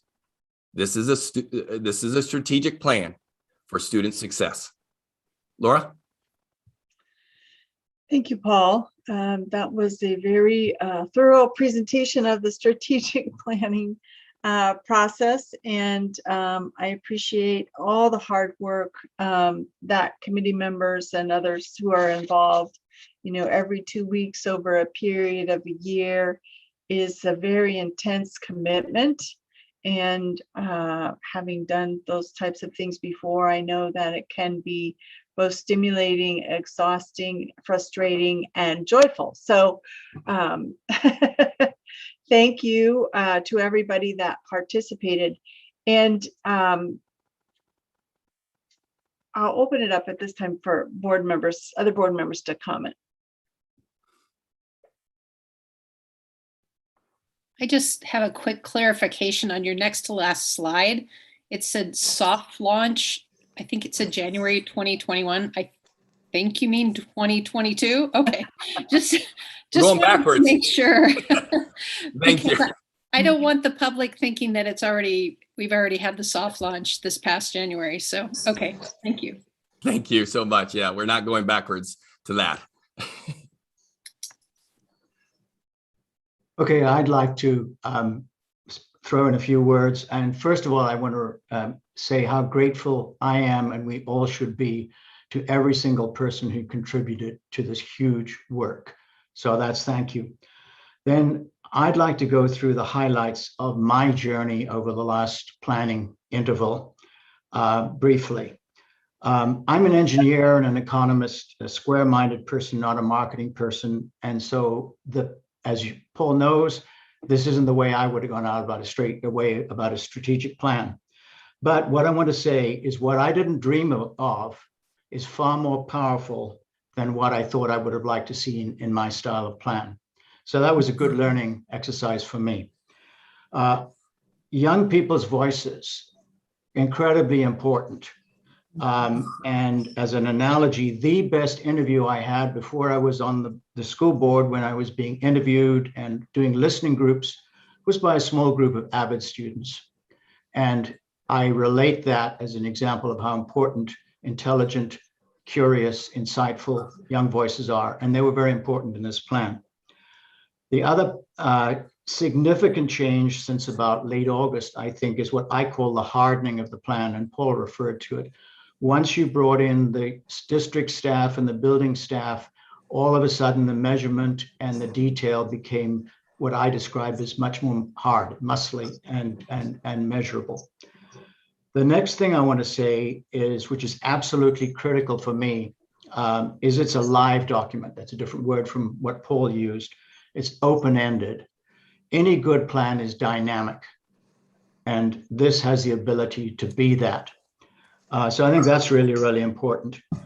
Then I want to talk a little bit about centering on diversity, equity, and inclusion.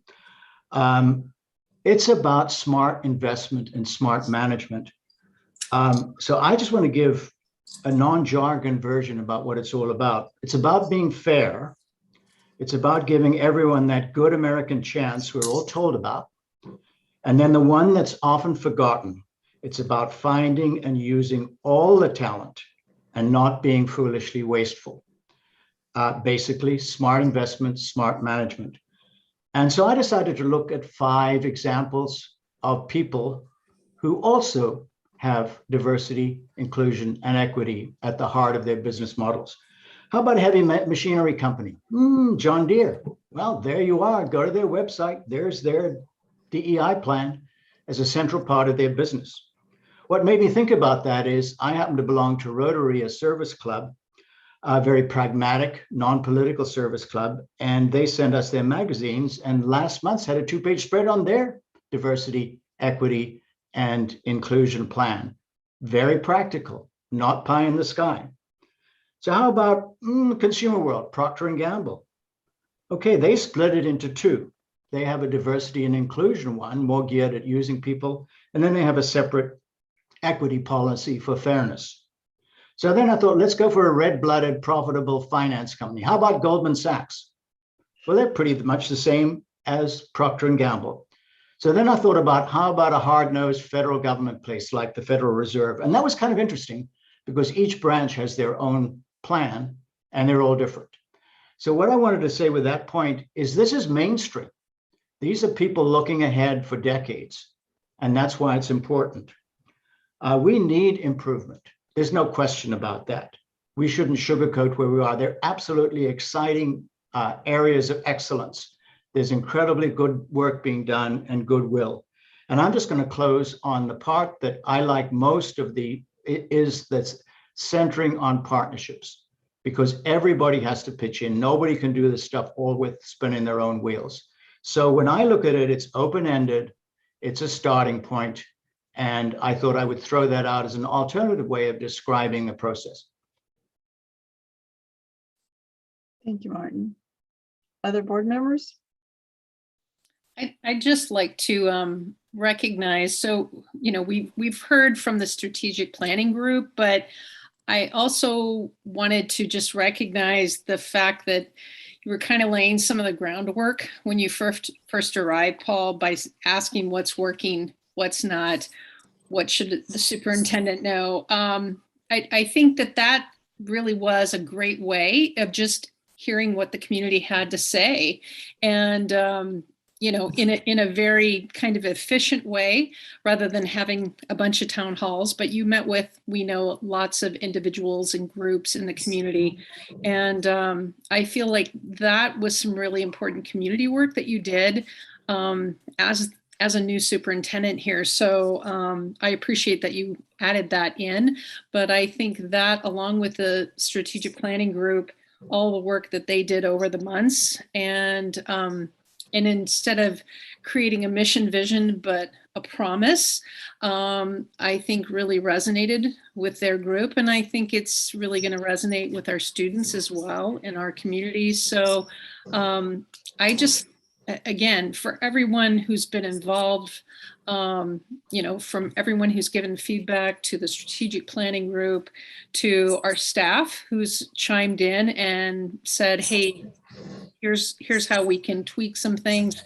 I think all of that is incredibly relevant and not just informative, but essential in moving forward. So I appreciate the thoroughness of this plan that has occurred really over the last almost 2.5 years. So thank you for sharing all that tonight.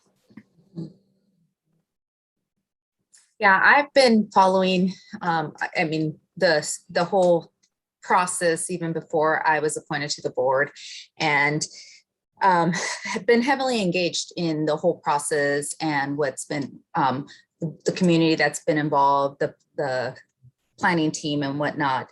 What I like the most about this is that we're addressing the needs of all students, because the proof is in the pudding that what we have been doing in the past hasn't worked.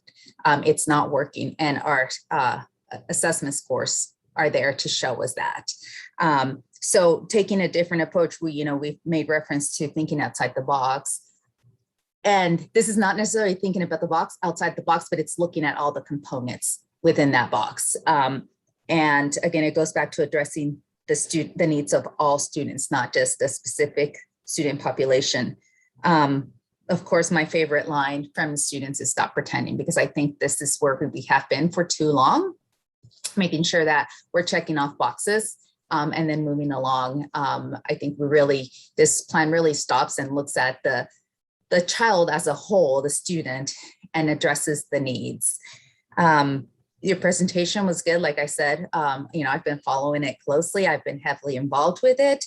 Not to minimize your presentation, Paul, but I think Steve and Arlette said it perfectly.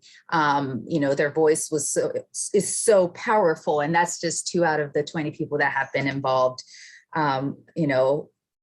It's definitely, it's worth the investment. This is our community. This is our future workforce. And yeah, we want to create productive members of society. We can't just continue to just check off those boxes. And I agree with Steve, this is important work for our children. So thank you for everyone involved, whether you were part of the committee in the background, being informed as a parent, as a community member. Thank you to everyone. So, good work.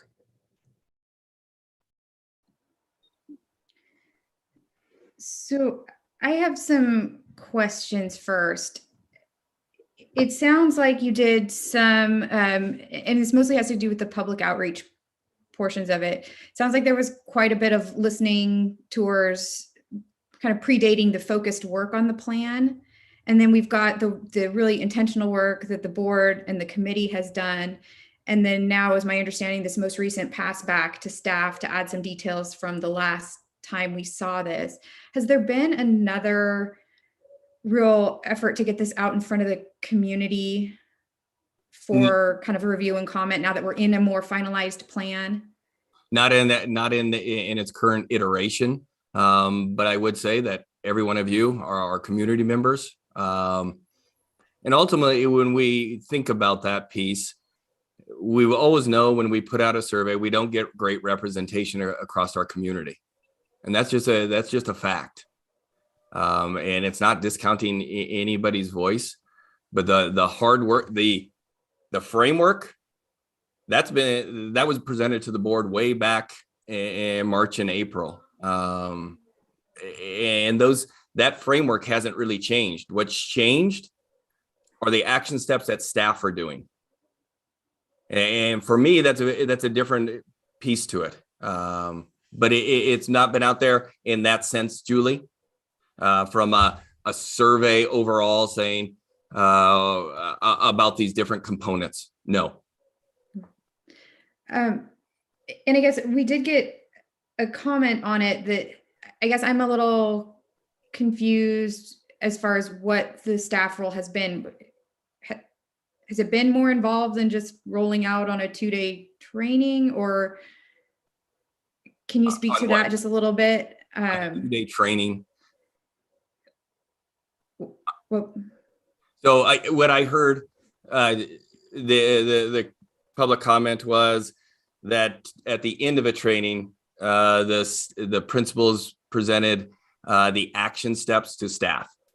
So they did a quick review, and what we did was keep each person had an opportunity to individually, anonymously provide feedback on the plan. And that plan that survey was open, I want to say, for 10, 11 days for individuals. And we know with surveys, usually you get your greatest amount of feedback in the first 5 days. And we saw that here. We saw a number of people gave feedback early, but it was not just that 30, 45 minutes at the conclusion of I think it was like 2 Fridays ago, maybe 3 Fridays ago, somewhere around there, Julie. okay. And I was just asking because I know we were waiting intentionally. We had kind of delayed things to get more staff feedback. And I thought that was a good idea. So I just wanted to make sure I was understanding what was going on for the staff feedback component. Even to that point, Julie, we even paused before we were going to go to the board earlier, but we really wanted to keep that window open for staff members.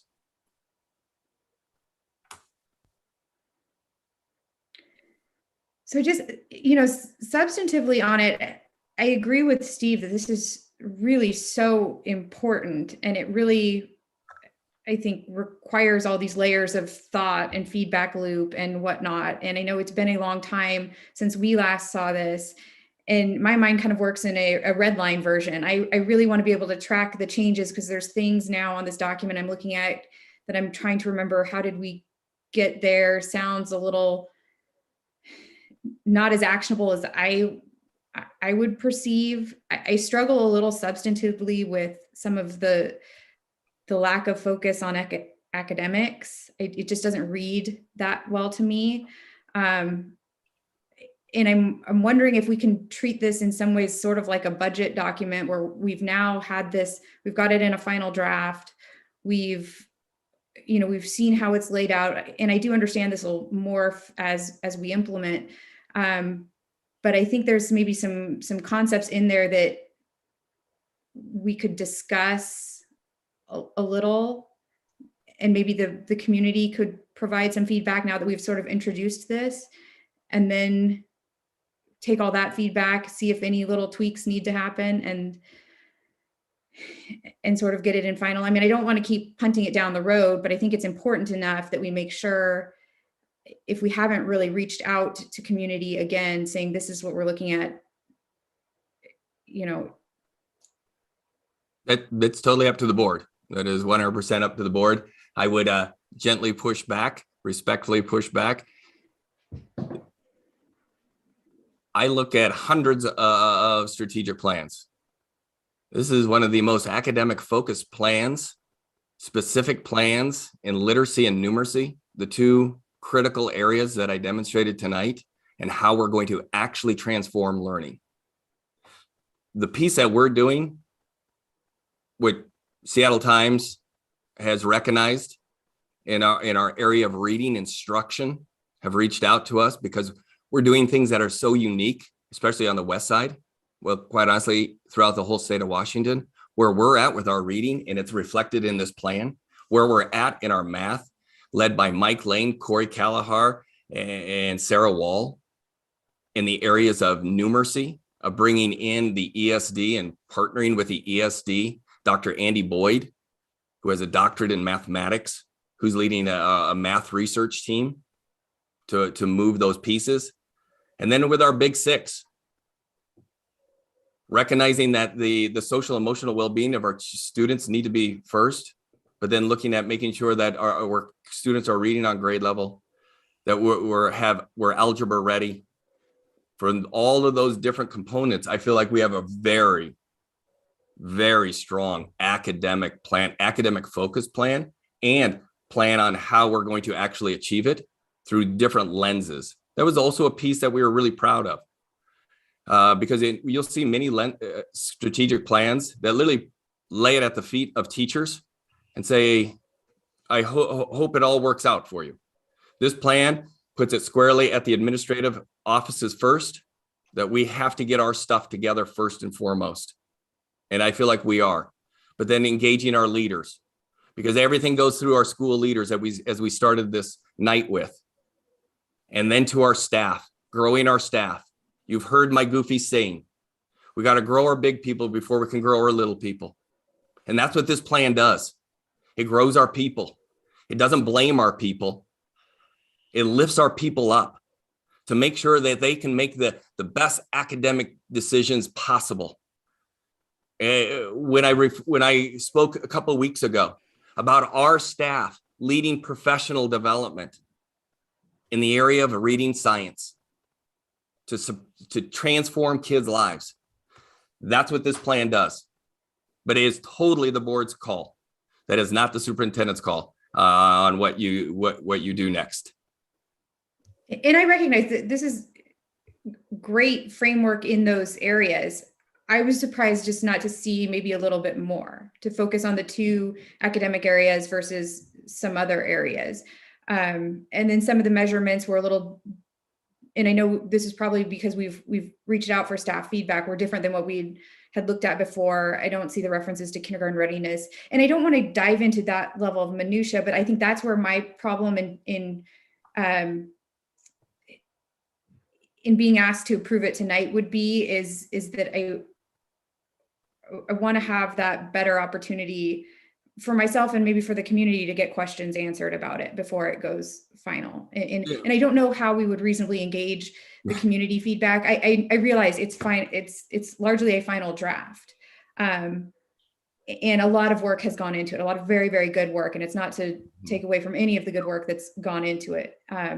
But it is a very important document, and there's concepts on there that I don't want to belabor in here, but maybe, conversations will help me understand, just like, and if there's a way to do that with the community, kind of like those learning sessions that you did, that this is the plan, this is what we need, where we can really go down or solicit, receive feedback from them now that they've heard the presentation, they've got it available, and we can say, hey, are there little things that we need to tweak? Because I know we've all, and the committee's all been living in it for a year or more. So it makes a lot of sense to you, but there may be things, because we're so in it, that may seem so obvious and, able to follow through on that, like you said, sending it out to staff led to some very helpful modifications. And so like I said, I don't want to add more process to it, but I think it's so important that we have time to really see it, look at it, get questions answered, and then thoughtfully consider it. But that's just, and again, from my perspective, it's been since May, since this even, or June, since we last looked at this. And yes, I did read it before the meeting and whatnot, but hearing it with the presentation is helpful. But again, it's such an important decision that, kind of like a budget, I kind of want to look at it, hear it, see it, ask some questions about it, and then thoughtfully move on with it. So that would be my. Julie, I think you bring up some good points. I think I think this plan has room to grow in the future, right? So it's it's a dynamic plan. And just kind of on your point of kindergarten readiness, I think that is an area that probably everybody in the district, at least all the board members, know that that's an area that that our district could use a lot of help. We have a lot of students who don't have exposure to preschool. You know, again, it's an issue of economics and an issue that there's not enough spots in the valley. So until our legislature decides that that's a priority and can fund that, I think it will continue to be kind of an area where we're not probably going to see every kid scoring well on that WA 5 kind of readiness. However, you know, I think if we're addressing literacy at the 3rd grade level, you know, that, you know, that's saying regardless of whether you've had preschool or not, we're going to make sure that you're reading on grade level by 3rd grade. That's huge. And the same thing with numeracy issues. So I think these are some really basic issues that we're focusing on to start getting our scores, and not just our scores, but our kids' capability at reading, you know, at reaching standard and being able to go above and beyond. So I think, you know, we can certainly add things in the future if things are going well, but we have to start somewhere. And I think these are some really basic areas that I think, as Paul said, the research points us towards, that these are going to give us kind of the biggest push for making improvements. Yeah, the piece that I'd say on the kindergarten readiness, we talked about that a lot. At the end of the day, it was out of our control. I couldn't put something in our plan that I had no financial responsibility over, or to transform this district of saying it would take millions and millions of dollars to move it towards, we're going to add more preschool. We talked about that because that was a big board conversation, but ultimately I couldn't measure something that was totally out of our control. And reading on grade by 3rd grade, it starts in our preschools. We're doing that work in our preschools. We're doing that work in kinder 1st and 2nd grade as well. So that work is there. But the other piece that was mentioned were other areas. There are only so many things that can go into a plan. Mike Schmoker says it best. He has a clear book. Educational researcher, focus. When our focus is all over the place, we do not do well. We do not do well. I agree with that, Paul. What I do not agree with is that we have no ability to impact kindergarten readiness. I think we absolutely do have a role to play as a partner in kindergarten readiness, and I hope that legislation does come forward and make pre-K, universal pre-K a reality, because we sorely need it. This is like a lot of other things where this is not just a local problem, this is a national problem. And I'm going to look at, you know, the student data that was presented, and it was disaggregated in a couple different ways, but there are lots of other ways to disaggregate data. I think that the goals that are presented, or the action steps, if that's what you call them, you know, is just a starting place. And what I'm hoping is that this plan is just like this year's beginning, and that every year there's a layer added to it, that you have your working plan each year. I think if we look at the data that was presented, this is nothing to be proud about. I mean, we've made some gains, but it's nowhere near where it needs to be. You know, it's great to have 27% gains in ELA for all students, you know, with that 4th grade cohort, but we also have slipped back with in math with all students. Those are just absolutely not acceptable numbers to have. And so to me, even though there are parts of the plan that I disagree with, or parts of things that you say that I disagree with, I think we've been a long time without a strong plan.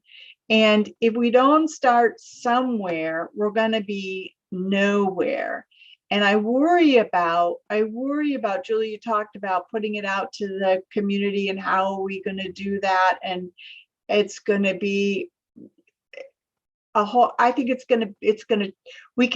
we can open the floodgates and get email or board comment, at public meeting. But we don't have a comprehensive method of integrating gathering and integrating community-wide feedback beyond what we've already done.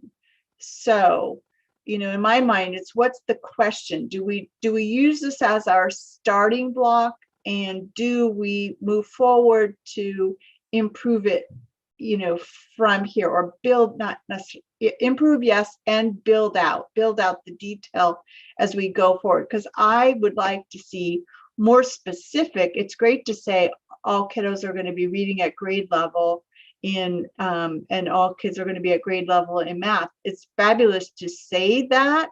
And in my mind, we need some stepping stones, to kind of get there. Foundationally, every student feeling like they belong and they're safe at school is imperative. We need every student to feel that. And when I say every, I do mean every. When we talk about DEI work, we, maybe the immediate, I'm just going to say, in my mind, sometimes the immediate thought is to go to the disenfranchised members of our student population, whether that be ethnically or whatever. But when I say every, I mean every, like students that are already, on the pathway to be successful. They have, supportive family, good, socioeconomic status at home. I want those students to feel safe and involved and successful. I want those students at the other end of all those spectrums to also feel safe. So, there are some things that I disagree with. I would have liked to have seen maybe more a comprehensive involvement in with all community members, no matter where they came from, having the opportunity to give input. I said that from the very first day that I met you, Paul, that I was worried about that. So this shouldn't be new news to you, certainly. But I do think it's important to start and to build out the detail, to build in a process. Can we build in a process going forward over the next year where we develop our work plan past this, a method of collecting more community input and building the plan from there? That's my comment. See, so for me as a, that's one of the things that I actually appreciated the most out of this plan, was that the listening sessions and going out to the community to really engage the students, the parents, and see how can we address the academic needs of our students as a whole. Yeah, could we have improved it? Probably, yes. But, the fact that, and maybe I missed it. So I was an employee at when the last strategic plan was developed for the school district. Laura, you were involved with it. And it kind of reminded me, when you have a strategic plan that's super dense, full of information, we had seven different categories, and within each category there was like 15 other ones, and there was 15A, 15B. You get lost in so much. For me, the strategic plan feels so student focused, center academically, socially, but also community tied or driven. I'm not sure if I'm expressing this correctly. I guess what I saw from this strategic plan versus the one that happened, probably like close to 10 years ago, 7, 8 years ago, it allowed for that student voice, that student engagement, for that parent voice. And it was a diverse voice. And like Laura said, not just race, but just different outreach. And it's probably because I'm looking at it from a different lens, something that hadn't happened in our community, in our educational system. So again, I, from what I experienced, parents, community, students were given a very good platform and opportunity to voice the direction of this. My concern is that we would be discrediting or disvaluing all the time and invest that these community and our students and our strategic plan committee have invested into the whole process as well. We are 2+ years into it. It's an open-ended plan. I agree. I would have to agree that it needs to be. It's not a static plan. That should allow for continuous improvement. I'd like to pick up on what Laura said at the end point, that I'm agreeing with you, Laura. This is a start. And as several people said, this is a live, dynamic, open-ended plan. And then I'm going to move to things that are different in my technique from this. Paul said that we focus on a very few things. My idea is you basically have an inventory of promotable other strategic priorities, and that can bog everybody down. But within the umbrella style of this strategic plan, the logical thing to do, and the work plan for 22, from the beginning of the year to August, is exactly this: is you develop probably annual detailed plans that fit within the strategic plan, that carry the strategic plan forward. And that's the kind of detail that I think Julie is reaching for, perhaps, but maybe not. And that is certainly capable of being accommodated in these sort of reserve actions, more details, fleshing things out. And then getting back to the process, if I remember rightly, we began with a SWOT analysis, which was basically developed by what the public surveys said were priorities. And from the SWOT analysis, then this was transformed into an actionable document. And so I'll go back in a circle to, I think Laura summed it up. It's really important to start. This is an improvable and dynamic document. I feel that each one of us none of us is going to get exactly what we want, but I think we can center around that this is a very good start, and we can talk about what we think can be included in the future. And I feel that it's time to go ahead.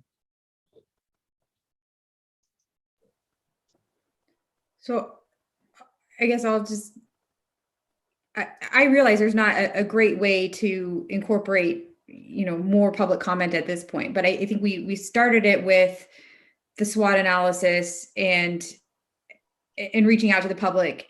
And now we've convened this plan, and I certainly, their committee, and I don't want to take away from what they did. I was a little discouraged though to see that there's only, we're all community members and things, but if I looked at that list, there's 6 identified as community members. And so my concern is does this reflect what we heard well enough?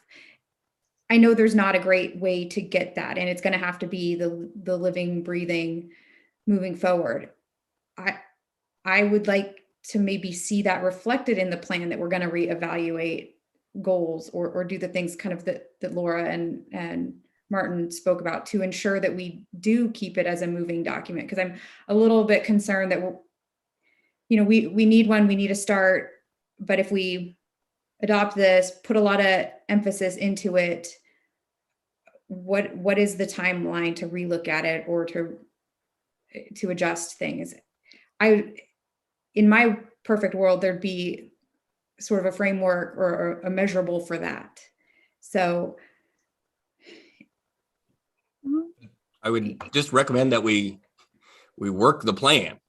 So I literally said it in the presentation. I've said it from the first day that this would be a living, breathing document. These weren't words that I made up. This is what we've been doing. This is what I said on day one. This is what I said tonight in the presentation. That it was continuously be reevaluating.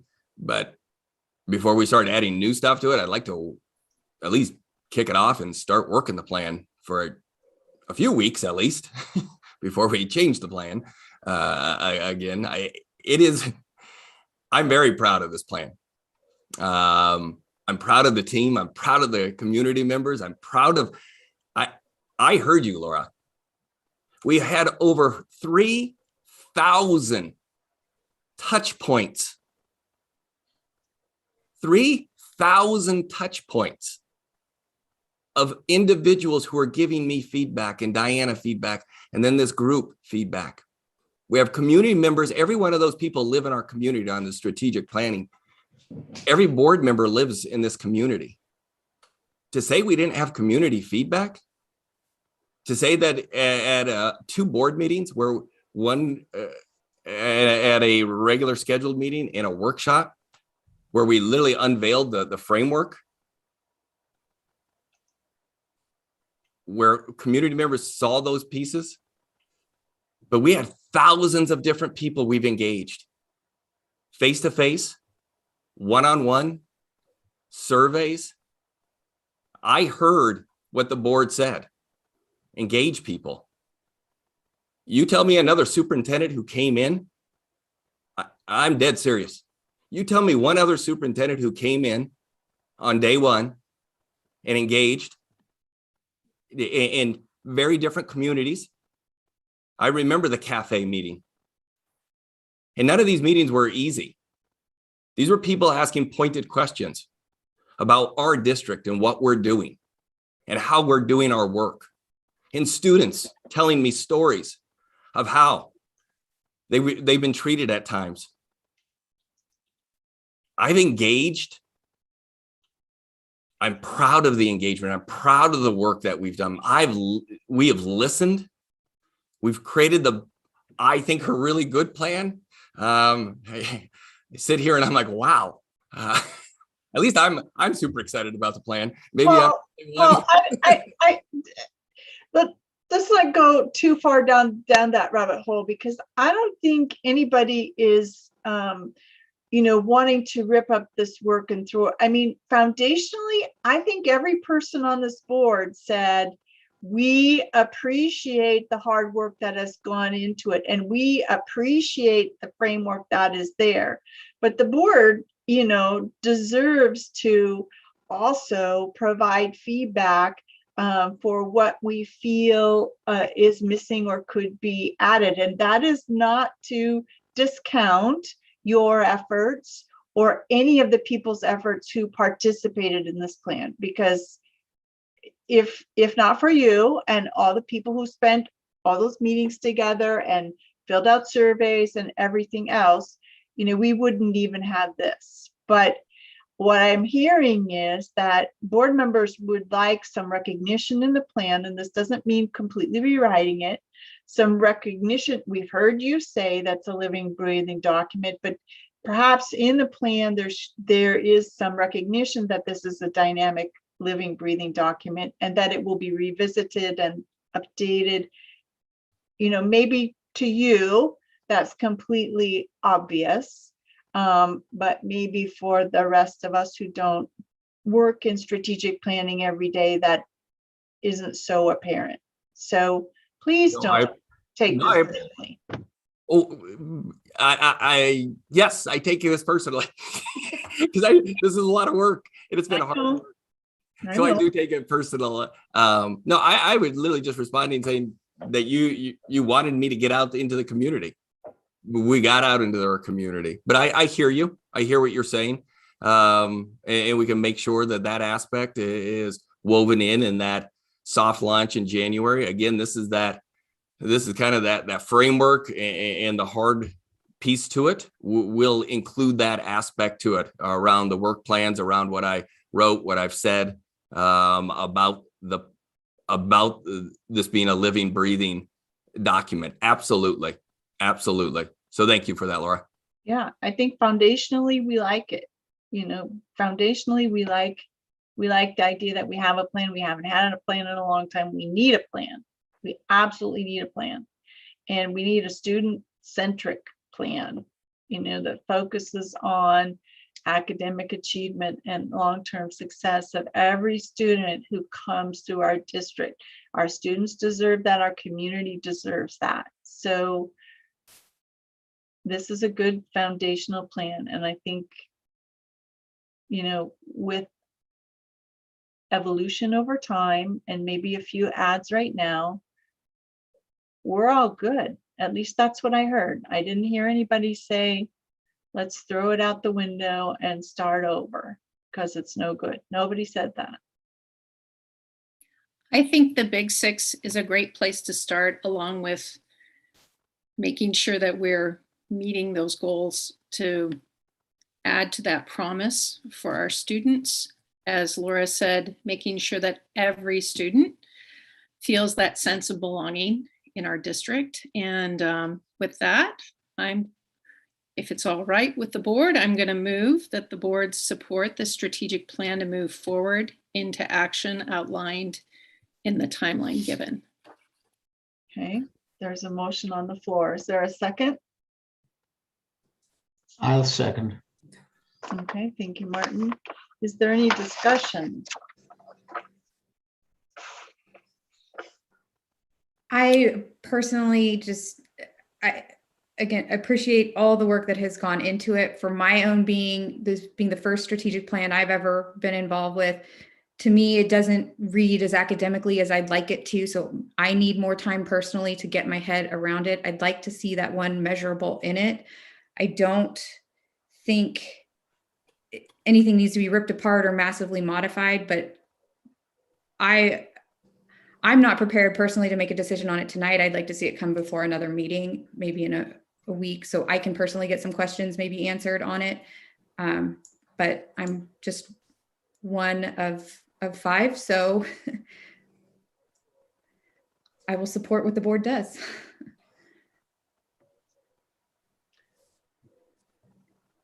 Any further discussion? No, okay. So there's a motion on the floor.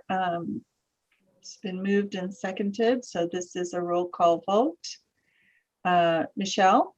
Aye. Martin? You are muted, but I lip read you to say aye. I hit the wrong space. Aye. Maria? Aye. Julie? I'll abstain. Okay. Aye. Laura is aye. So I think that motion carries, and we will move forward and look forward to the evolution of the plan in the future, knowing that this is not the final form, and that we will be seeing more of the things that the board asked for in the future. Okay, moving forward. Next on our agenda is board communication. Are there any board members that have any communication items they'd like to share with the rest of the board? You know, I do. Okay. We have 2 board members volunteering. As Brian Higgins mentioned, he invited the board to attend the Migrant Bilingual Avid Info Night. It was super well attended. I got to participate in most of his playbook, culture playbook presentation. Eric Anderson Martin was there, as well as Amber Burks. So good work happening. And moving on to a different theme in regards to partnerships, Brian Higgins also mentioned bringing in Woody Lotz to his Avid class. I was fortunate enough to be on the hiring committee this summer with the Numerica Performing Arts Center to hire the new executive director. And one of my, having worked in the district, we've had programs that work in partnership with the MPAC and, such as Every Kid at the PAC. And so hopefully we can continue those partnerships, make sure that all of our children are being exposed to the arts, and that there's no socioeconomic barrier for kids at an early age to experience that. So hopefully we can continue those with those partnerships now that we're slowly starting to reopen. Another good opportunity that I received this week or last week, I can't remember, last week, I got to take a little bit of a tour with Pathways to Parenting. Last month or last board meeting 2 weeks ago, we approved the grads grant through our contracts. And, I reached out because I wanted to know more about the program and the good work that they're doing. And so I'm hoping that more of our district and our board members become engaged with the work that they do so we can better create a stronger partnership with the services that they're providing for our youth that are in high needs of supports, getting our graduation rates to go up, not just supporting young moms, but also young fathers. So I encourage the rest of my colleagues on the board, as well as Superintendent Gordon, to just really look into the program and see how we can create a stronger partnership with that service. They do service our students in the district. Yeah, I think that's it for me. Oh, and then again, speaking about partnerships, Michelle and I got to have a little meeting with some Westside and high school students last week. Great discussion, awesome. Dr. Gordon was there as well. I won't go into the details, but just to say that it was a great conversation with high school students on how we can continue that partnership and have that student voice, that student representation at all of our board meetings. And hopefully we can continue that work and see that, hear that voice and see that student representation more engaged in our school board. That's it for me. Thank you, Maria. Thanks, Maria. The students always have such great, robust conversation, and I so appreciate that. We've had 2 meetings with high school students at Wenatchee High School and Westside, and so it's great to hear how they would like to have a greater voice in our district, and it's been really exciting to hear that. So I just wanted to remind people, if you've been checking your WASDA emails, as you know, there's been some voting for state officers. Some of that wrapped up today. There's also the Legislative General Assembly is this weekend. I know last year we sat down and had kind of all our different lists and we kind of sorted through all of that. I know it's been rather busy. We've been working on lots of different things. I would like to take last year's list forward for our priorities. However, if people have new priorities, if you want to download the General Assembly manual, you can certainly go through and send your top 10 to Paul. The meeting is actually Friday and Saturday, and I'm signed up as the legislative rep to be the delegate. I don't know if anybody else signed up. If there are 3 of us, if there's more than 2 of us signed up, we need to post something for OPMA. So I don't know if anybody else signed up. Wave your hand if you did. No, okay. So there would be no OPMA violations if it's just me. So we don't need to post it. So I would recommend that if you have any prioritizations for our district that you want to change different from last year's, please send that to Paul by close of business on Thursday at 4:30. And that way he can get it to me for my Friday morning start time. Thanks. Thank you, Michelle. Could someone please send us the list of the top 10 from last year? I know I've seen it, but I have no idea where it is. So I know we had a very long conversation about it last year, yes, and very robust. So not much has changed. I know we had early childhood education as a priority on there, as well as high poverty schools and lots of other things. But yeah, thanks, Paul. If you can send that out to everybody, that'd be great. Okay. Anyone else? A little bit to add, talk about WASDA. 2 years ago, I went to a wellness seminar there and got educated on teacher and school stress. And I think it has a proper name, but November is supposed to be the time when the days get shorter and it's colder and the adrenaline and excitement of the new year wears off, and teachers need extra, and all staff, truck drivers, everybody, bus drivers, everybody. Gratitude was the word that they expressed. And I think this year with staff shortages and COVID and coming back after absences, this is especially important time to give every kind of support to the wellness of all our very loyal and wonderful employees. So I wanted to lead in with that. And then we talked a little bit about it before, about challenges and problems and areas of excellence. And I'm just going to say that that Avid week evening was an absolutely excellent example. But then there was another area. This weekend, I go to the State Migrant Education Advisory Committee annual meeting, and got asked to give a report on what's going on in the district. So I went and asked the Assistant Director of Special Programs to give me an idea. I have no idea that I just saw the tip of the iceberg in terms of amazing and effective programs in bilingual education, summer programs, reach outs to families. And I just want to recognize, I missed the PAC meeting at the beginning of October, but I sure got an education about how much wonderful work is being done by very dedicated employees. And I want to thank them and wish everybody well. Thanks. Thank you, Martin.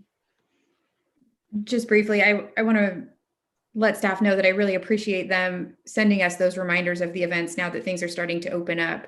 I mean, it hasn't worked for my schedule necessarily to get out to them, but I appreciate those opportunities, and I hear that they're very valuable and well received. So I'm grateful that we're getting those reminders and notices of things happening in the district. And to dovetail on what Martin's comment about helping out our staff, I think that ties into the comment we got a little earlier about volunteers in the classroom.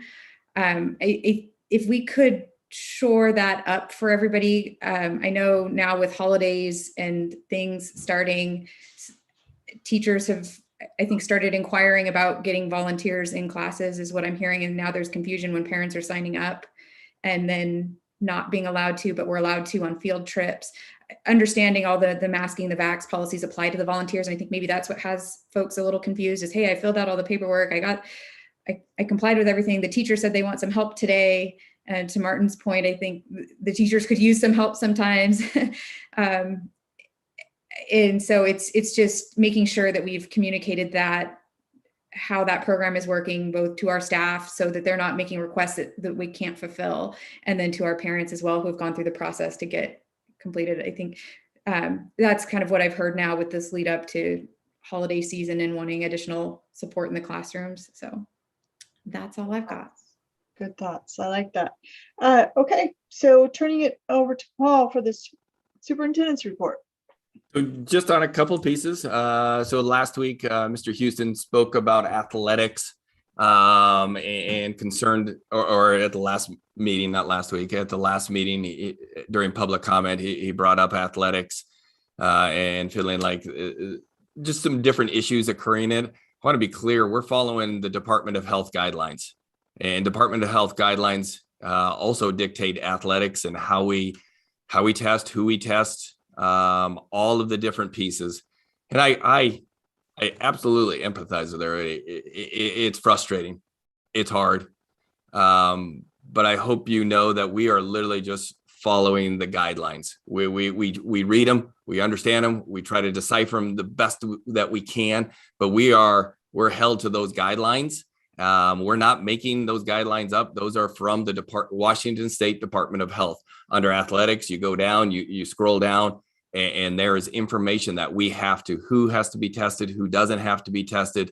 And he brought up, for those who are vaccinated, there are different rules around it. But those are the Department of Health guidelines that our district and all other districts, I assume, I shouldn't say that, I'm going to assume that other districts are following those same guidelines. Tonight, and Julie just brought it up as well on the volunteerism. So on October 14th, and then in last week's weekly update, or WSD weekly, we sent out, it's a pretty short piece on volunteering, and it follows the Department of Health. It's very short and sweet. Literally going to read it to you. Buildings are open to public. Volunteers who are in the building for an educational purpose are allowed. However, classroom volunteers are not allowed. So in order to limit the total number of people in the classroom, volunteers are not allowed for classroom parties or to eat meals with students. Volunteers are required to follow all staff and safety protocols. So we're really being very clear about those who are working with our teachers on those different pieces, on that educational, absolutely. Volunteers must fully be vaccinated by October 18th or receive a medical or a religious exemption. Those are not WSD guidelines. Again, those are Department of Health guidelines that we're following. Vaccine verification must be submitted to the Human Resource Department. Volunteers must wear a mask. And then we have a link in there. To date, we have over 100 people who've filled out that link. Now, I do know we had one building where we did have less than stellar communication on that. And we're really working to make sure that that doesn't happen again. But we did there. I feel like we have really clear guidance, and it's short, it's sweet, and we will continue to make sure that we're 100% in our system. We're communicating the right message all the time. But again, humans make errors. So we've got that piece out there. I think that was what I had for. Paul, I'd like to throw out, I filled in the volunteer vaccination approval and got a reply within 2 hours, which surprised me that how quick it was. Yeah, we try to be really responsive. You were. So we try to make sure that all of those pieces are followed. We're trying to be as close to DOH and others as possible. And again, with the volunteer piece, there is that WSD piece that we're saying here in the educational piece, we're going to have volunteers come in, but we're not going to have volunteers come in for the parties. It's just fewer people into our schools. So that piece was not a DOH piece. That was a WSD decision but the volunteers, as far as being vaccinated and those pieces and masking and showing your information, those are the standard over the DOH recommendations. All right, I think I got my list done there. Mrs. Petro brought up the training that occurred with staff a few weeks ago. Again, that was not recorded by us, so it has taken some time. My understanding, we do have it. We're going to work to get that posted out there, but that is not our staff who recorded that, so it does take a little bit more time. So we'll get that posted and out there. My update is, I apologize if I am always, as you know, there's good and bad with Paul Gordon. There's good. Paul is one of the most passionate people you'll probably meet in this area. And the bad is sometimes Paul's the most passionate person you meet in this area. So if I went a little bit too gung-ho there, I apologize. That was not my intent. My intent is recognizing incredible humans who've done incredible work. And I always appreciate the board. So thank you for that. Thank you, Laura, for checking me sometimes when my passion gets the best of me. So I appreciate that. But I try to own my stuff. So back to you, Laura. Thank you. Appreciate that, Paul. So I do have a quick question about the DEI. Did I not see that there is a requirement that board members also participate in the DEI? Yep. So I don't recall being invited to the training, but how are we going to be fulfilling that requirement? So we'll be working with Dr. Teresa Lance on that in the coming months. So you'll have that opportunity. So this one broader from an inclusionary perspective. That was the vast majority of it was around inclusion.